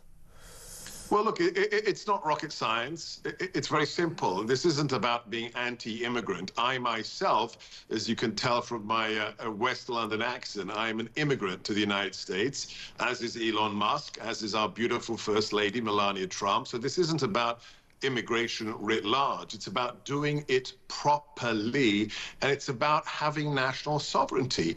It's not hyperbole. It's not even philosophy. You cannot have a nation unless you have borders. What was Brexit all about? It was about the reassertion of national sovereignty by, what was it, 17.5 million Brits. That's all we're doing, reasserting our national sovereignty, because America, if it is to mean anything, is a place on the map, a place with borders. So the advice to every nation is, if you want to be a nation, you got to have borders, and you, the government chosen by the people, gets to decide who comes to that country. The U.S. Constitution is explicit. It says there's one person who decides who can come into America. It's not the Speaker of the House. It's not the governor of Texas. It is the incumbent president, who right now is Donald J. Trump. I mean, it's been astonishing watching him, everybody in his administration in action. It is quite the most remarkable thing I think we've ever seen in politics anywhere. What is it about Trump? I mean, is it just that basically he's not a politician? He does things like members of the human race, like businessmen. He just goes about things in a business-like fashion because he's ripped up the kind of copybook, the guidebook in how you go about things, and is achieving greatness already. What is it about him? It's truly stunning, Kevin. I have to pinch myself every morning when I drive into the White House. We've only been in office for 35 days. 35 days. My team, my counterterrorism team, we've killed more terrorists in the first 3 weeks than the Biden administration did in the last 4 years. And thanks, to the great leadership of Mike Waltz, the Green Beret, the former Green Beret, who is my boss, the National Security Advisor. So it's a couple of things. Number one, it's the genes. This man, President Trump, is 25 years older than me. I can't keep up with him. I need to sleep a few hours. This man is a force of nature. I don't know what it is, the Diet Coke or the ancestors. He will not stop. He's a force of nature. And beyond that, it's very simple. It's not about politics. Nothing to do with politics. It's about love of country. He wants you to be safe.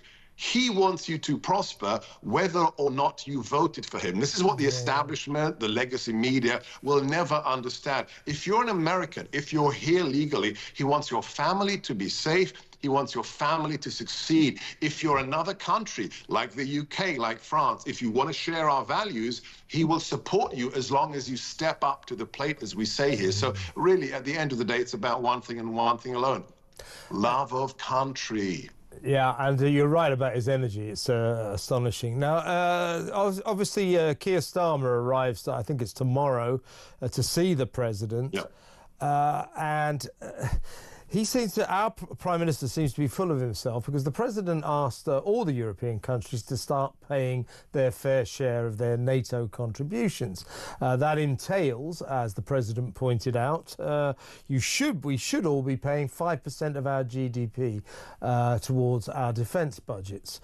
Now, the Prime Minister, Keir Starmer, is going to arrive in the White House tomorrow, full of full of his own importance and achievements, saying, look, Mr. President, you asked us to raise our expenditure, our military expenditure, to 5% of GDP. I've got great news. I've set up a roadmap to rise it from 2.3% to 2.5% by 2027.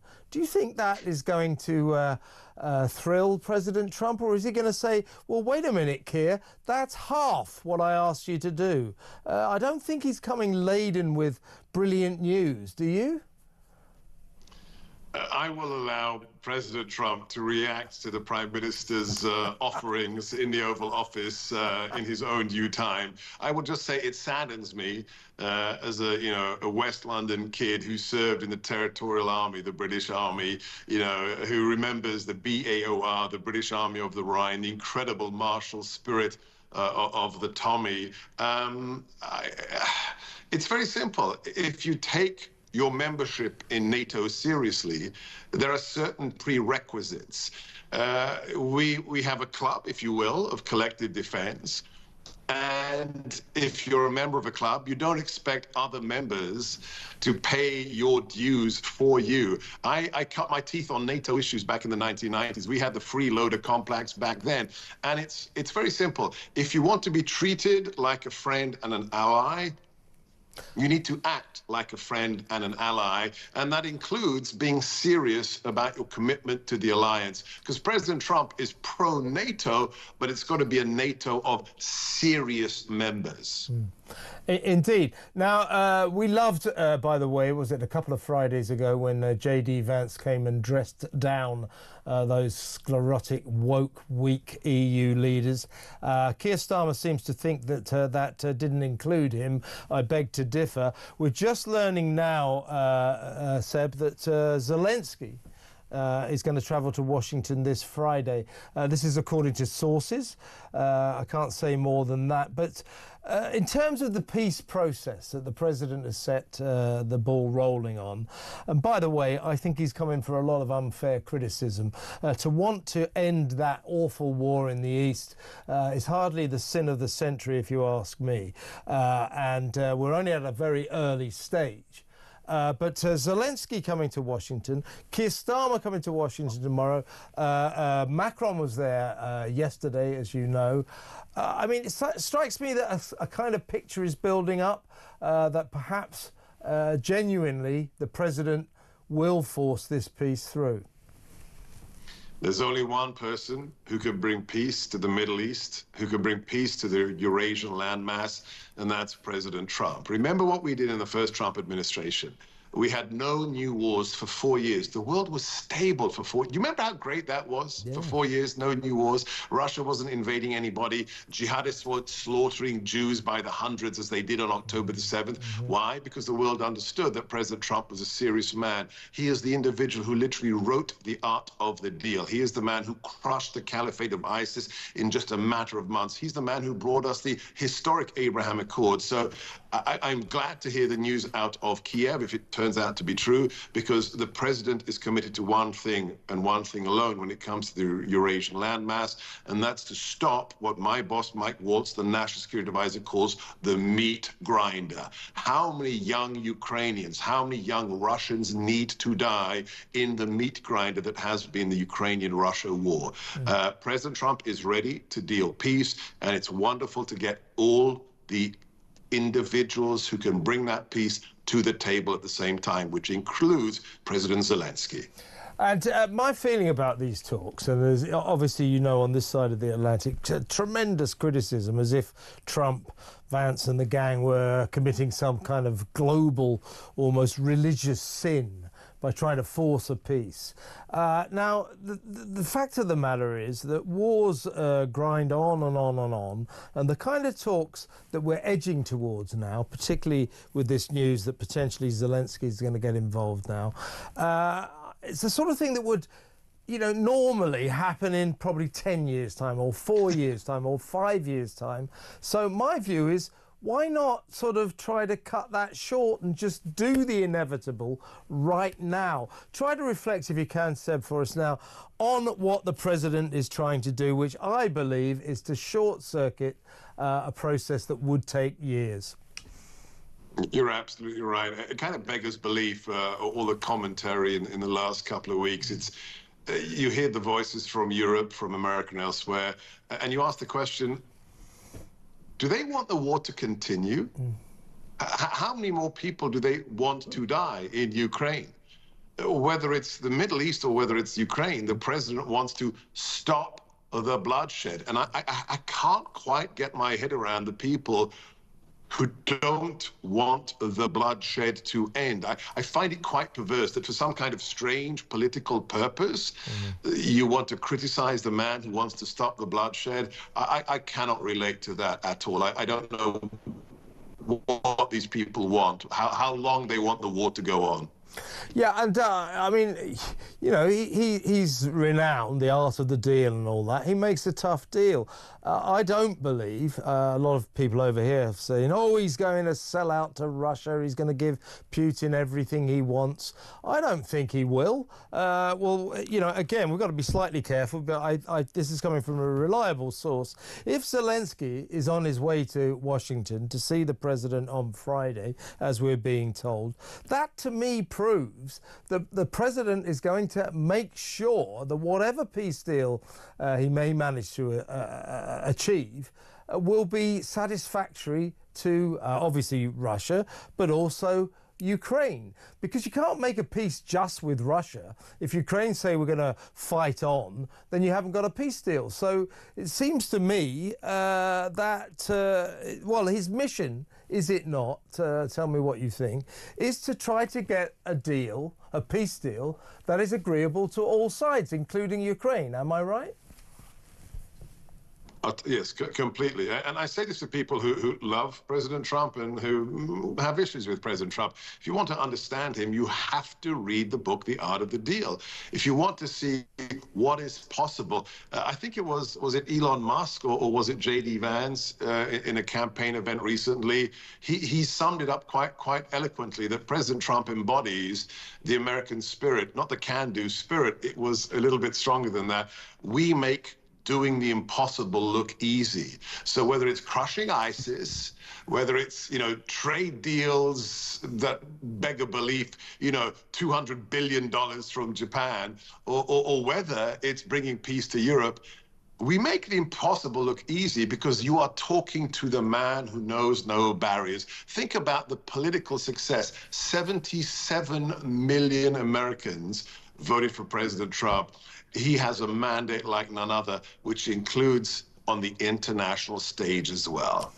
Seb, finally, as someone that you will understand the sort of British outlook or the European outlook, being from this part of the world, tell me how you personally felt when J.D. Vance took to the stage and addressed those EU leaders, because some of us on this side of the Atlantic were punching the air.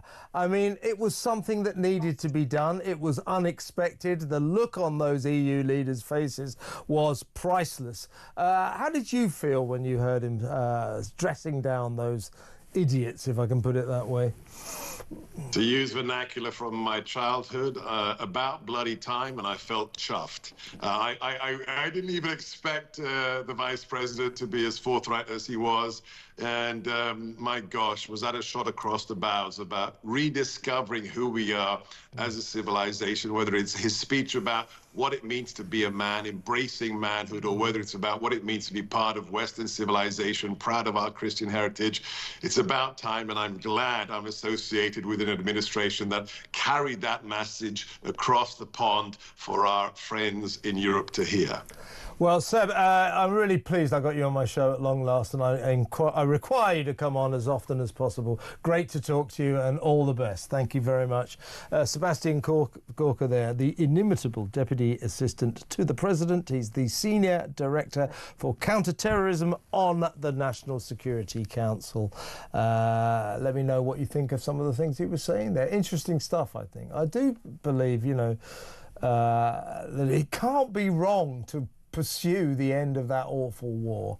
And I don't believe that Trump will sell out Ukraine. And the fact that Zelensky's going, I think, is very, very significant. So interesting times. When we come back, we are going to talk about the migrant crisis.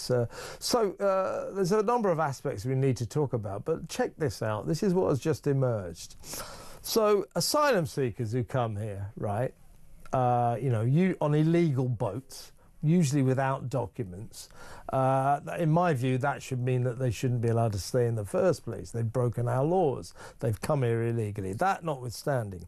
So they then apply for asylum. I'm from Syria, and I've got 3 kids back there and my wife, and I'm escaping war. If we, loads of them lie because they're not actually escaping war and torture. They're young men looking for work, looking for jobs, looking for economic security. If we, the British authorities, the Home Office, discover that these people told a pack of lies in their asylum applications to live in Britain, it doesn't count against them. It's fine. You're absolutely allowed to completely lie on your asylum application, and you'll still be allowed to stay. I mean, what on earth is that all about? We'll talk about that next. 0344 499 1000. Let me know what you think. Stick around.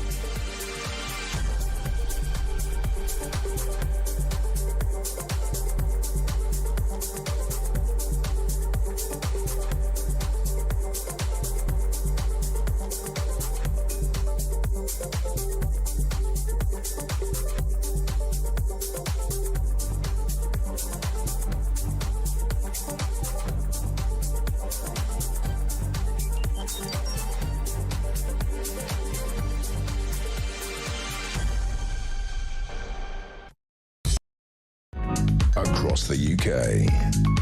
On DAB+, on your smart speaker, on your smart TV, and on your side.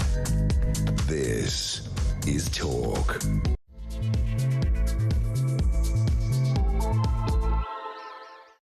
Welcome back. This is the final hour of the Political Asylum tonight. It's been an exclusive YouTube and your smart TV show tonight. Football. You know, we went live for football. Wolves, Fulham, my team. So I wish I was listening, but I'm not. No, we're 2-1 up, so I'll keep you posted on that scoreline. I'm sure you really care. Maybe a few Fulham fans do. Maybe a few Wolves fans too. Tomorrow night is more football, and then we're back to normal. Tomorrow it's Liverpool, Newcastle. So it'll be the same setup as tonight. Loads of YouTube, loads of smart TV, and you know, the usual, the phones, the messages, just not actually on the radio, but we'll be back on the radio on Thursday. So let's carry on with tonight's show, which is developing rather well, I think. Let's talk about our migrant crisis, our escalating migrant crisis, and a couple more of those infuriating details that keep emerging, usually about these tribunal judges that allow people to stay when they shouldn't be allowed to stay. The latest person is a guy who murdered his wife. He's not going to be sent back to Turkey because apparently her in-laws are a bit angry about it and they might make his life difficult. So he's murdered his wife. And if we send him back to Turkey, he says that, oh, you know, my wife's family, they'll be after me. Yeah, well, I really care about that. Oh, dear.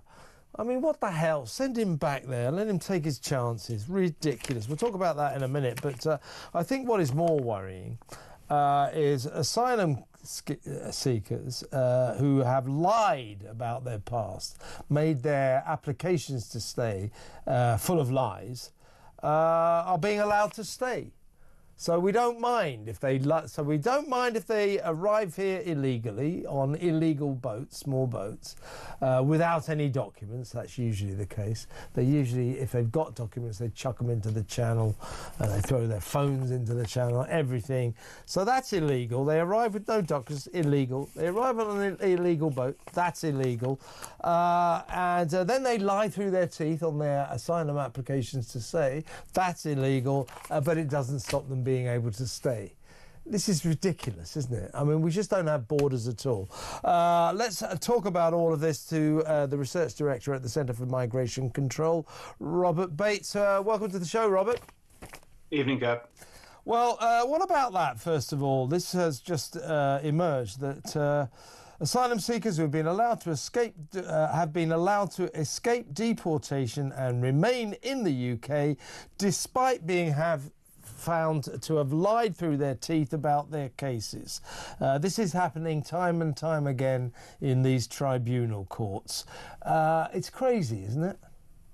Yeah, and of course this only refers to those individuals who have actually lied on their form and been found out about it. We know full well that the whole asylum application process is wrought with individuals lying about their age, their religion or their political beliefs, and claiming that if they were to be returned, they would face all kinds of heinous punishments. I think the bigger problem here is with these individuals where it's been discovered by the Home Office that they've lied on their application. Home Office rules make it very clear that if you lie on your application, you will never be given asylum. That's one of the kind of foundations of the process. And I think it's obviously there to encourage people to actually not fall into the traps of lying. But the fact that we've got now immigration tribunals effectively saying that individuals who lie on their application shouldn't have it held against them. We have now, we have a whole now class of kind of high-minded individuals that are frankly high on their own, on the vapor of their own self-importance, effectively writing our immigration rules and effectively eroding our borders in the process. And it's not now power lying with elected politicians, it's power lying with unaccountable, unelected judges that we can't remove. There's one story here of a 54-year-old Zimbabwean woman's appeal against deportation. And the judge allowed her to stay, despite the Home Office delivering evidence to say, which included the phrase that this woman would do and say almost anything to try to fabricate a means to remain in the UK. She was convicted for deception in a previous asylum claim, but she later was allowed to stay. So she was actually convicted in our courts for lying in a previous asylum claim, but her subsequent asylum claim was allowed. This is beyond a joke, isn't it? Well, human rights trump everything at this point, Kev. We've got to remember that we now have a system where immigration tribunal judges, largely from left-wing law backgrounds, are able to effectively interpret the law in whatever way they please. And it's an incredibly damaging precedent to be setting, this particular ruling that's come to light, where we have literally had a judge saying, it doesn't actually matter if you have lied on your asylum application. What kind of message is that sending? Because you can bet your bottom dollar that this will be the kind of message that's being perpetuated in the Telegram groups, on TikTok, trying to advertise the ease with which individuals hoping to break into the UK can actually make that crossing and not face deportation. If we really want to get serious on the small boats crisis, we have to obviously leave the ECHR and the Refugee Convention, but we also need to effectively scrap our tribunal system or replace it with something that puts power back into the common sense of the British public, because we can't go on like this with individuals that are completely removed from the British public being able to make such huge decisions that affect the safety and well-being of the British public. Yeah, because as I said last week, I mean, the British people need a mechanism by which we can judge the judges. Now, I'm with you, Robert. I'm all for leaving the European Convention on Human Rights because it hamstrings us in every single way and makes us unable to deal with our migrant crisis, because time and time again people claim that to deport them or to stop them coming into this country would be against their human rights, and guess what? The judges always find in their favour. Now, get rid of the ECHR and the situation would be better. But the problem with these judges, it's not necessarily the terms of the ECHR. They always say, well, my hands are tied because of Article 8 of the European Court of Human Rights, which allows a right to a family life, and in that respect they allow paedophiles who went to jail, paedophiles who've done 4 years, 6 years, 2 years in jail, to come out and rather than be what should happen to them, return to their country, they're allowed to stay because they've got their own families and they have a right to a family life. So that is absurd. What the judges could do, they could say, well, that is an incorrect interpretation of what the ECHR is supposed to mean. This is not a charter to protect and to preserve the welfare of convicted paedophiles. But the judges choose to interpret it in that way. Now, if we get rid of the ECHR, great, good, first step achieved. But then we've got the problem of these judges who, even without the ECHR, trust me, time and time again, will find against Britain and for the people who want to come and live here, most of whom don't deserve it. That's the problem. The problem, in the end, that we've got right now, it's not the ECHR, it is the way these tribunal judges choose to interpret it. And if we don't sort these judges out, getting rid of the ECHR will not solve our migrant crisis. You're absolutely right. Obviously, you see across the pond and on the continent that other countries that are similarly hamstrung by the ECHR make a far better fist of actually deporting those individuals that are in their country illegally, because they don't have this incredibly peculiar situation that we seem to tolerate in Britain, where we allow these really elite individuals that don't frankly identify with our country. They don't have any loyalty to our country. They're more beholden to these universalist ideas, these arcane notions of human rights and, satisfying their friends in similar circles than they actually have on serving and protecting the British public. So, yes, we have to strip away the ECHR. The risk is, of course, that something has to go into its place, some kind of Bill of Rights, as was being suggested by the Conservative Party. And then the risk, of course, comes again with how is that interpreted? How is that kind of played out in the courts. And as soon as the ECHR scrapped me, whatever replaces it, you can guarantee that you'll have lawyers poring over it, looking for loopholes, looking for a slightly bit of loose language or a clause here or there that they can exploit. And they wouldn't be doing so knowing full well that they would have a whole host of really naive judges prepared to swallow their lines and swallow their arguments hook, line and sinker. Yeah, indeed. Let's talk about a couple of particular cases. I mean, this has emerged over the last couple of days. I think I've seen this story before, but this is an illegal immigrant from Turkey who savagely stabbed his wife to death. He has now officially run the right to stay in Britain. I think I've seen this saga as it has unfolded over the last couple of years. It has ended kindly for this guy, Turkish guy. Only can be named as KD. I never understand why we can't name these people. They're usually paedophiles or they're criminals who've been to jail. This guy is a murderer who stabbed his wife to death, but we can only call him KD. He killed her he entered Britain illegally with his wife in 2001 and killed her after catching her chatting to another man online in 2005. He was jailed for life with a minimum of 12 years, came out in 2018, has got his final verdict now. He can stay here because he has successfully persuaded a judge, a tribunal judge, that if we return him to Turkey, his wife's family, in other words, his in-laws, won't take too kindly to him and will make his life very, very difficult. So he's allowed to stay here after murdering someone in our country, because to return him to his country, it would be difficult for him because his wife's in-law, his wife's relatives might make life hard for him. Well, I mean, is that a reason to let this guy stay? I mean, in the end, I feel I don't want to sound too heartless, but I feel the same about this guy as I do about the paedophiles we keep allowing to stay. Why are we bothering to concern ourselves with their welfare? In the case of the paedophiles, what we're effectively doing is prioritising their rights, human rights, to a family life over the safety of British children, because we're allowing them to walk the streets and they're paedophiles. It's perverse.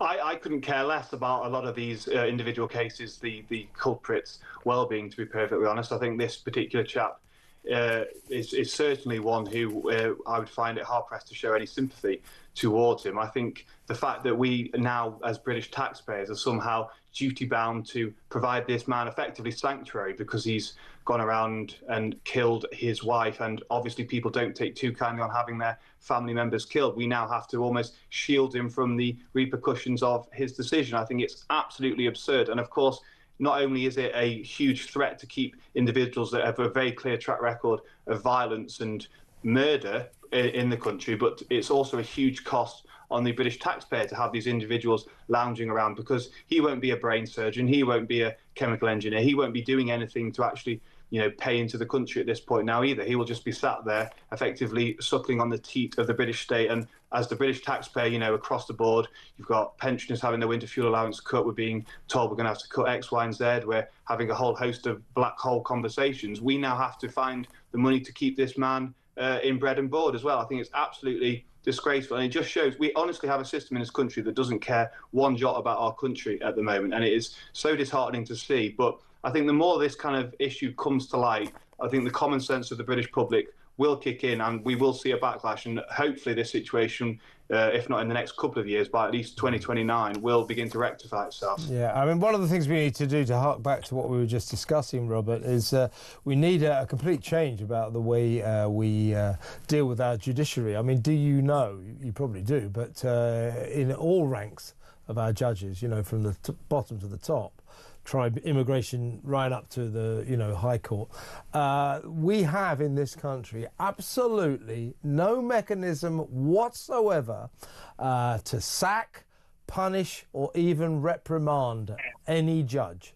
So they literally are a law unto themselves, and we can't do anything about it. And I think we need to edge towards an American system whereby we vote judges in, and therefore they'll be a bit worried about what the people think, because right now they couldn't give a damn. In fact, I believe they revel in coming up with these decisions that they know will outrage decent thinking people. I think they see themselves as sort of warriors fighting a racist regime or some such Guardian reading claptrap.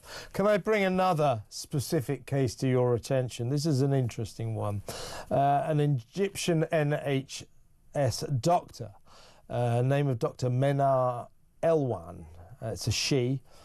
She was deported from this country, or ordered to be deported. She's a neurology specialist because she gloated online. She mocked Israelis after October the 7th, saying, "Oh, you look at them running away."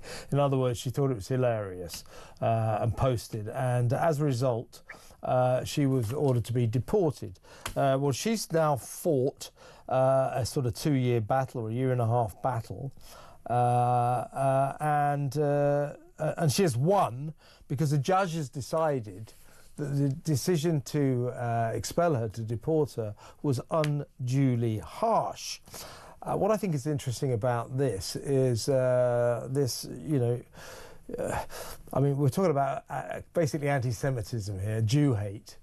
And it seems to me typical that this country should enshrine someone, or should enshrine someone's Jew hate, their anti-Semitism. It seems to be okay to be anti-Israel. Hence, this Egyptian doctor, has been allowed to stay. Yeah, it's the most vogue trend that individuals can jump on at the moment.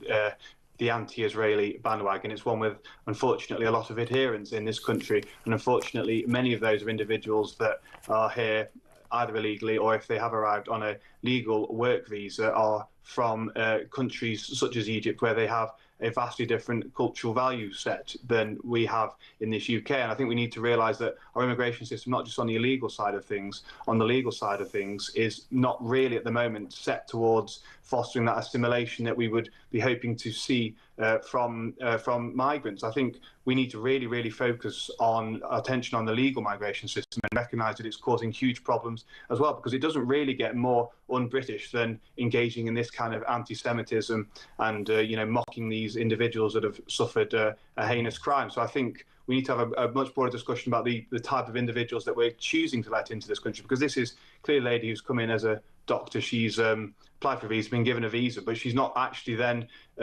clearly adopted any of the trappings of what it is to partake in British life. So she's an individual that has come here and working in the NHS, but frankly not doing anything else for the country, and actually probably causing more harm than good in the long run. Yes, indeed. Well, now she's allowed to stay. She should, with her anti-Jew, anti-Israel feelings, she should apply for a job at the BBC. They'd snap her up. Now, lastly, Robert, let's talk about Keir Starmer and Yvette Cooper's policy in terms of trying to solve the migrant crisis. I know we've talked about this before, but it always bears repeating. And this is this. They are still sticking to this nonsense about smashing the people smuggling gangs, which is performative. It's purely headline hunting, because you can smash as many gangs as you like. Tomorrow, there will be new gangs. And the reason is you've done nothing about the demand. The migrant business, getting migrants across the channel, is a business model. It's a question of supply and demand. And as long as the migrants come, there will be people smuggling gangs. So saying we will smash the people smuggling gangs, that will not solve the crisis. It's a bit like Keir Starmer saying, right, we're going to solve the drug problem. We're going to smash every single drug peddling gang, or every single drug dealer we're going to smash. Well, nice idea, but there'll be more tomorrow. This won't work. So same deal for the migrants. It just will not work. It's ludicrous. Anybody involved in the business, anybody who knows about this, says that this is a nonsense, including, ironically, Martin Hewitt, who's the head of Yvette Cooper's Border Security Border Security Command. That's the alleged operation to smash the gangs. He's a former copper. Some months ago now, he came in, he finally took the job. They couldn't find anyone to take it. Took them till about September, didn't it? It took them about 5, 6, 7 months. They finally got someone. And his first statement was, smashing the gangs won't solve the crisis. I mean, by the way, the government has spent £175 million on the state-of-the-art high-tech equipment to help the Border Security Command track down the evil people smugglers and arrest them. And just to caveat that, let's just remember, shall we, before we discuss this, what's the number of evil people smuggling gangs that the Border Security Command and indeed the government has smashed so far? Oh, I know. It's 0. So this tactic, this strategy, as I say, it's performative. It's just for headlines. Everybody knows it's not going to work. This is very worrying, isn't it? Yeah, so the kind of PR gimmicks that they're rolling out, Starmer going over and having conversations with Maloney, looking very serious and acting as if he's taking it as the utmost importance, belie what they're actually doing beneath the surface as well. They've recently finally scrapped the Rwanda scheme officially. They've wrote back, excuse me, on many parts of the Illegal Migration Act as well that would have actually removed many deterrents, removed many pull factors for those people looking to come into the country illegally, such as making it impossible for them to ever become British citizens. And apologies. And I think what they've really done actually is with a whole amnesty for those that have come into the country illegally as well, effectively saying that to clear the asylum backlog, they're going to really expedite those in hotels and make sure that their claims are processed in rapid speed, which really is code for we're just going to rubber stamp them and give them the green light. Again, these messages are all going out on the Telegram groups. They're all going out on TikTok. And people are looking at Britain now, especially although obviously the results in Germany have been as they are, the rest of the continent is taking far, far stricter measures on this. And we eventually are going to become the dumping ground for all of these individuals that are looking to make a life for themselves in Europe, have found it more difficult to claim asylum elsewhere. And they're going to look at Britain, what we're doing, and think, yeah, they're a soft touch. I'll go over there. And I'm going to ask you a last question just to reflect on this. We've just learned that since becoming president, Donald Trump and his team have stopped 98% of illegal migrants coming across the southern border. 98% of illegal migrants have been stopped. They've solved the crisis in 35 days.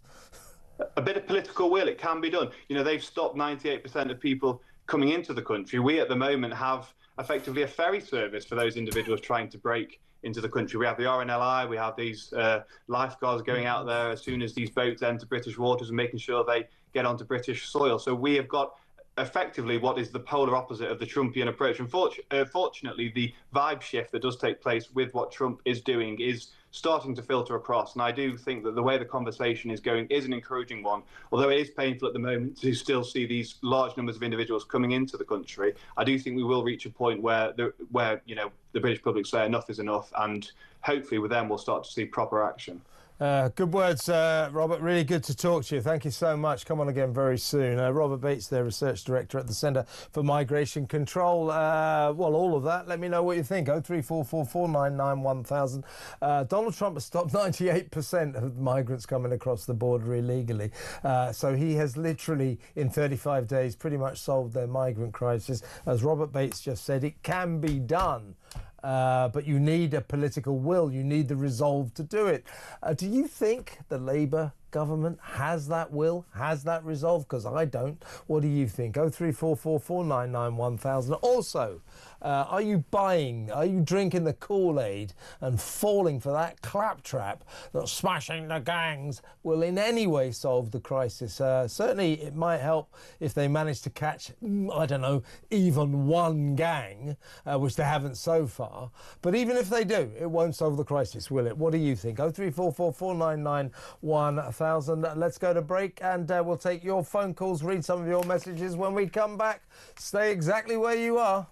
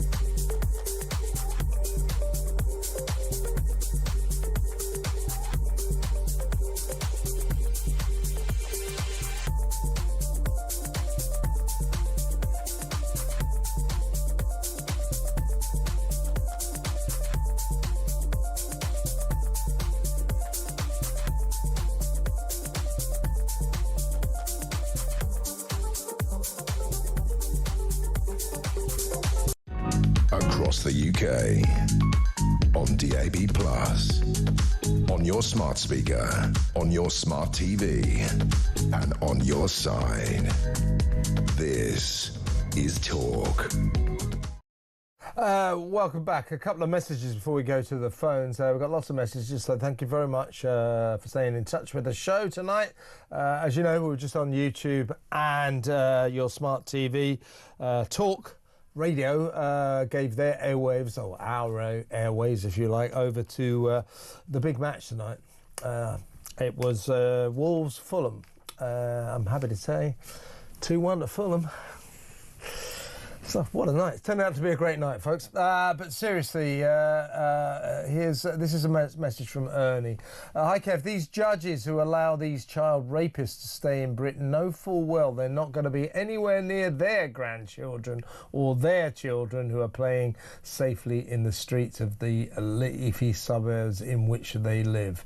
It's a good point. Michelle says, maybe that Turkish man's wife family will come over here and make his life a misery in Britain instead.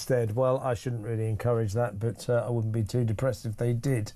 And this is really interesting. You know, we were talking about the Pharaoh, Thutmose. We were talking about Thutmose the second, weren't we? That's the guy whose tomb they think they've discovered. This is from Clayton in Dartford. He says, fun fact. Did you know that Cleopatra's Needle, you know, on the embankment in the here in London on the River Thames, right near Westminster, it's called Cleopatra's Needle, but Clayton says it's actually erroneously named. It was actually raised in honour of Thutmose III, who must have been Thutmose II's son. The hieroglyphic read, in quotes, the good god Thutmose III given life. There you go. That's fascinating. Michelle says the biggest threat to the West is weak, woke Western leaders. The biggest threat to the UK is Starmer and his communist government. Yeah, I agree with that, Michelle. He's weak and woke as well. And that's exactly... Seb Gorka earlier was being very diplomatic. I don't blame him. He's a part of the government over there. But... you know, Trump just thinks Starmer's another weak, woke, ineffective European leader. So I don't hold out much hope for those talks at the White House. I think Trump was asked earlier, a week ago, was it? Oh, Starmer's going, yeah, wanted to come. Wow. whatever, I don't know, he wanted to come. He doesn't care. Really fascinating, by the way. This is breaking news. You know, we just broke the news that it looks as if Volodymyr Zelensky, the Ukrainian president, is going to Washington on Friday to see Trump. Interesting that, obviously, edging towards a peace deal involving Ukraine. Everybody say, oh, you can't make a peace deal without Ukraine. I don't think Trump ever intended to, because you can't have a peace deal if one side doesn't agree to it. Zelensky is off to Washington on Friday. Fascinating. And listen to this. This is breaking. Ukraine has agreed the terms of a rare earths mineral deal with America, sources say. So this was Trump saying that I want $200 billion worth of your rare earth minerals to repay America to some extent for the $350 billion we've given to Ukraine since the beginning of the war. It looks as if Ukraine's has agreed, according to this report, has agreed to that deal. I think that's significant, because that means America will have a great interest in defending Ukraine, because that's where its minerals are now. 50% deal. Fascinating stuff. Before we go to the phones, another one from Steve. Steve Goldsmith says, Steve, just watching your interview with Chris Morrison. He's the climate editor, of course, of the Daily Skeptic, and Steve says, it got me raging. Why? It just confirms even more to me that MPs, not Reform, are even more out of touch with normal people than ever. That idiot Miliband is an enemy of the state. If our energy bills went up by 5,000%, that clown would still be able to pay that clown. He would still be able to pay it, but the rest of us couldn't. Labour is a party of the working class. Don't make me laugh. Good point, Steve. Good point. This one is not a name on it. Oh, no, it's Phil Owen. It's coming in from... he says, hi, Kev. Funnily enough, I was sat in a power cut at 5 p.m. today in West Yorkshire. Net zero is complete nonsense. Trust me, we are on the road to blackouts, mass blackouts, unless Starmer sees sense and gets rid of that absolute lunatic Ed Miliband. Let me know what you think. 03444991000. Right, let's go to the phones. I'll read some more messages in just a little while. Well, first of all, let's talk to Kirsten in London. She wants to talk about migration. Hi, Kirsten. What would you like to say? Hi, Kevin. How are you? I'm good. So, Kevin, I don't know if you remember my case. I came under a spouse visa about... Oh, yeah, you got trouble with your... a few years ago. Yeah.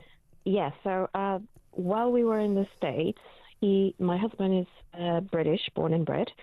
While we were in the States, he had to come here to go to court for the Home Office to agree to give me my spouse visa, and so we were separated for a few months. Right. And I received a letter before he had to come here, saying, we don't understand why Mr. Smith cannot stay in the US to be with his wife. So hang on, Kirsten, do the two of you, do you want to live here or the States? Pardon me? Where is it that you and your husband want to live, here or in the States? We were in the States. And you want to come back here, yeah? Yes, and he wanted to come back to his country, and so we applied for the visa. And hang on. Why does he need a visa to live in his own country? For me. Oh, for you. Okay. Spouse visa. Sorry, that. Yeah. A spouse visa. Okay, right. So they said to me on the letter that they didn't know why he wouldn't stay in the States, in the US, to be with me. Well, because he's British, born and bred, and he wanted to come back to his own country. That's why. So they don't want a British person to have, they don't have a right to a family life, but all these criminals do have. I know. Well, that is ridiculous. Exactly. I mean, I don't know what to say except for it's just indicative of our migration system, our immigration system, which is all over the place. My question, I had a question to producer, I mean, this is a first world country, or it's supposed to be anyway. Is there a way to get answers from the Home Office? Why is it that a criminal gets to have that family life, but not a... Yeah, it's a really good question. It's a really good question to which there will be no logical answers. The Home Office, as you know, is not fit for purpose. Of course not. It's staffed by a load of people. I'm not quite sure what they think they're doing. But, I mean, all I can do is sympathise. And Kirsten, I'm sure you'll pound away at them. Keep in touch and let us know how it goes. In the meantime, thank you very much for your call. London, Kirsten in London there. Let's move on to Neil in Wales. Hello, Neil. You want to talk about Crazy Ed? I most certainly do. Go on. Yeah, don't we all? Yeah. Well, yeah. I mean, I just think it's breathtaking to me. It's staggering. We look at this patent lunatic. You know, a man who doesn't deal in facts, he deals in fantasy. I was going to say, Mr. O'Sullivan. Yeah. Call me Professor Plum. I will. I'm a theoretical physicist from CERN, and I invented the black hole. Okay, well, I've got a job for you in the cabinet. Okay. But go on, seriously. What would you like to say about Mad Ed? But seriously. He wants a CO2 sink, and the apparent cost is £22 billion. Yeah, it's called a carbon capture scheme. Yeah, whatever it is. Yeah, but there seems to be a 22 billion. It's 22 billion quid. Yeah, that's right. Yeah, so discuss. Yeah, I know it's interesting. So get rid of the carbon capture scheme, and then suddenly you've filled the £22 billion black hole, haven't you? Don't forget also, Neil, this government, we always send abroad something like £15 billion in foreign aid. That's just been reduced because Keir Starmer needs more money to spend on defence, but not by much. So I would imagine over the next year... That's just pathetic. Yeah, but this year we're sending an extra, this government, an extra 11.6 billion to foreign countries, developing countries, for their green projects, for various climate change projects. An extra 11.6 billion pounds. So this year we are sending abroad, what is that, 20... we're sending about 26-27 billion pounds this year. Yeah, I know. If we didn't do that, disgusting. It really is disgusting. By the way, Ed Miliband's various projects, all the windmills and the solar panels, add that to his various other projects, and they're costing an absolute fortune as well. If we got rid of all, I would say to that, Kev, is this. Yeah, I live in the middle of Wales, and I've got the biggest carbon sink around me, Yeah. And they're called trees. Yeah. And it cost the tax-paying British public not a bloody penny. Yeah, I know. It makes me sick. These people make me sick. Yeah.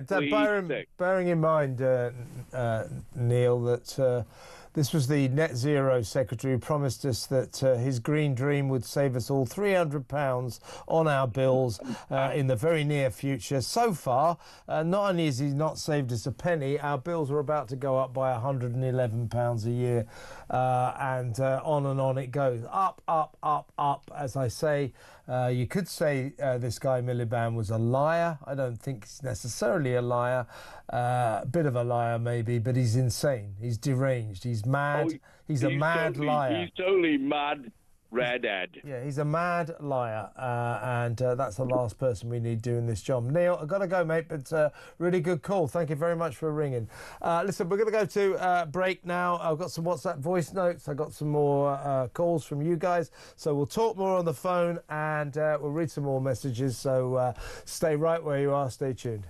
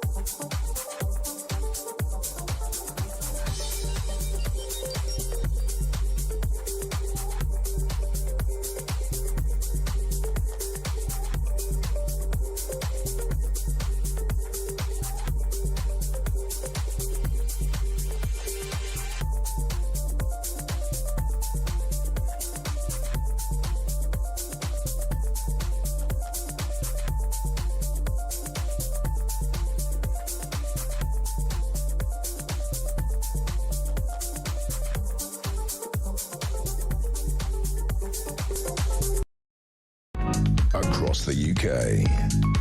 On DAB+, on your smart speaker, on your smart TV, and on your side.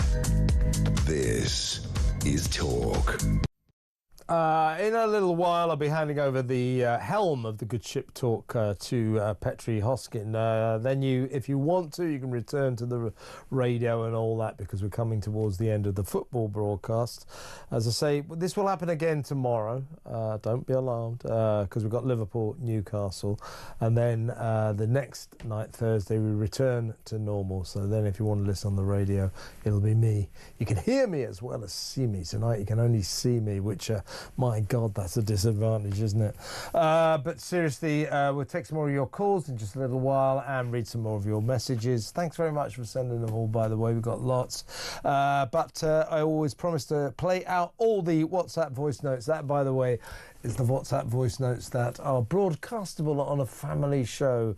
We get lots and lots of them, and they're really funny, but they're not broadcastable. This one is, though. It's Claire on Trump and Starmer. Evening, Kevin. I predict that Starmer will go grovelling to Trump with his so-called upping of his defence budget for 2027, and Starmer will be left with an ultimatum. He can go get back the Chagos Islands and spend the money saved on increasing our balance of payments to America. I love you. I love Claire's WhatsApp voice notes. That was a really good one. Thank you, Claire. Keep them coming, eh? And now Tristan on Ed Miliband. Ed Miliband, for someone that works within energy, I'm disgusted with how he's treating energy policy within the UK. Another absolute liar, and has no concept of any common sense or logic when it comes to energy, and it is absolutely frightening. He's literally destroying our country with this energy policy. I mean, my mind boggles. It really, really does. The next 4 years with Labour in power, it's a scary and frightening time. It really, really is. Well, that's from Tristan. Thanks, Tristan, by the way. And he works in the energy industry, so he knows what he's talking about. He's absolutely right. We can't go on with this madman for 4 years. We just can't.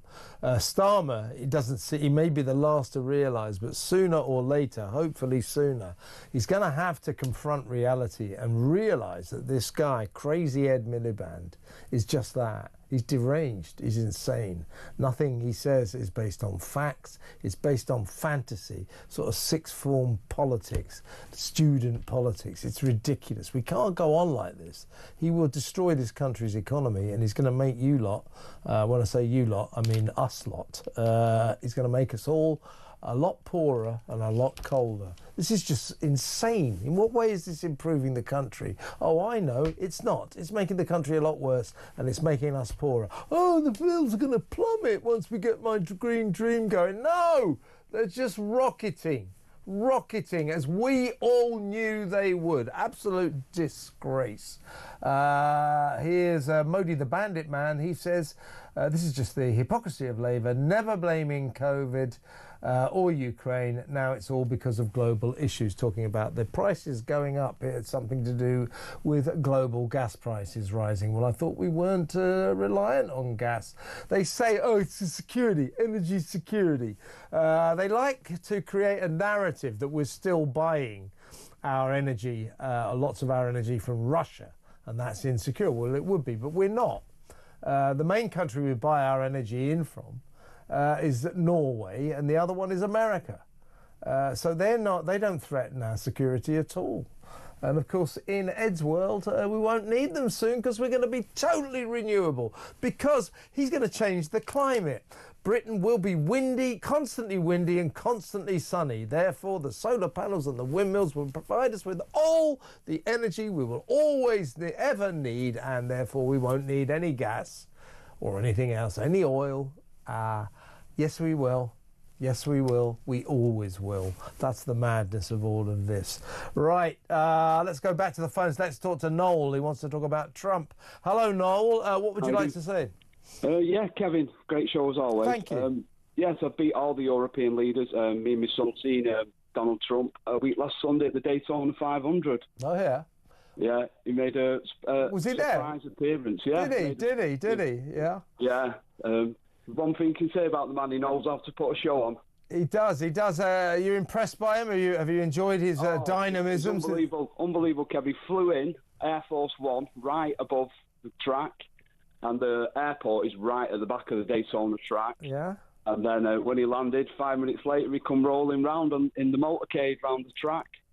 So he's good, isn't he? He's good, isn't he? He knows how to commune with the people, just like going to the Super Bowl as well. That's one thing you can say about him. And, you know, everyone was cheering and clapping for him. And he can put a show on.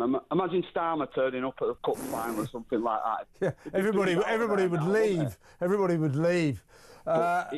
He's getting things done for him. He's getting things done, and they showed his appreciation for it. He absolutely, getting things done is the understatement of the century. It's astonishing what he's up to over there. He's really getting things done. But what a surprise to see him turn up like that. Yeah, at the daytime. I didn't know that, Noel, and thank you very much for telling us. Noel in Salford there. Good call. Let's move straight on to James in Norwich. James, you want to talk about migration. What would you like to say? Hi, Kevin. Pleasure to speak to you. You too? Yeah, it's just this whole smashing the gangs nonsense. Starmer is supposed to have been the most senior lawyer in the country, but he doesn't seem to realise how organised crime groups work. Yes, he hasn't got a clue. Well, I don't think, James, sorry to interrupt, but I don't know whether he has any understanding of how criminal gangs work or not.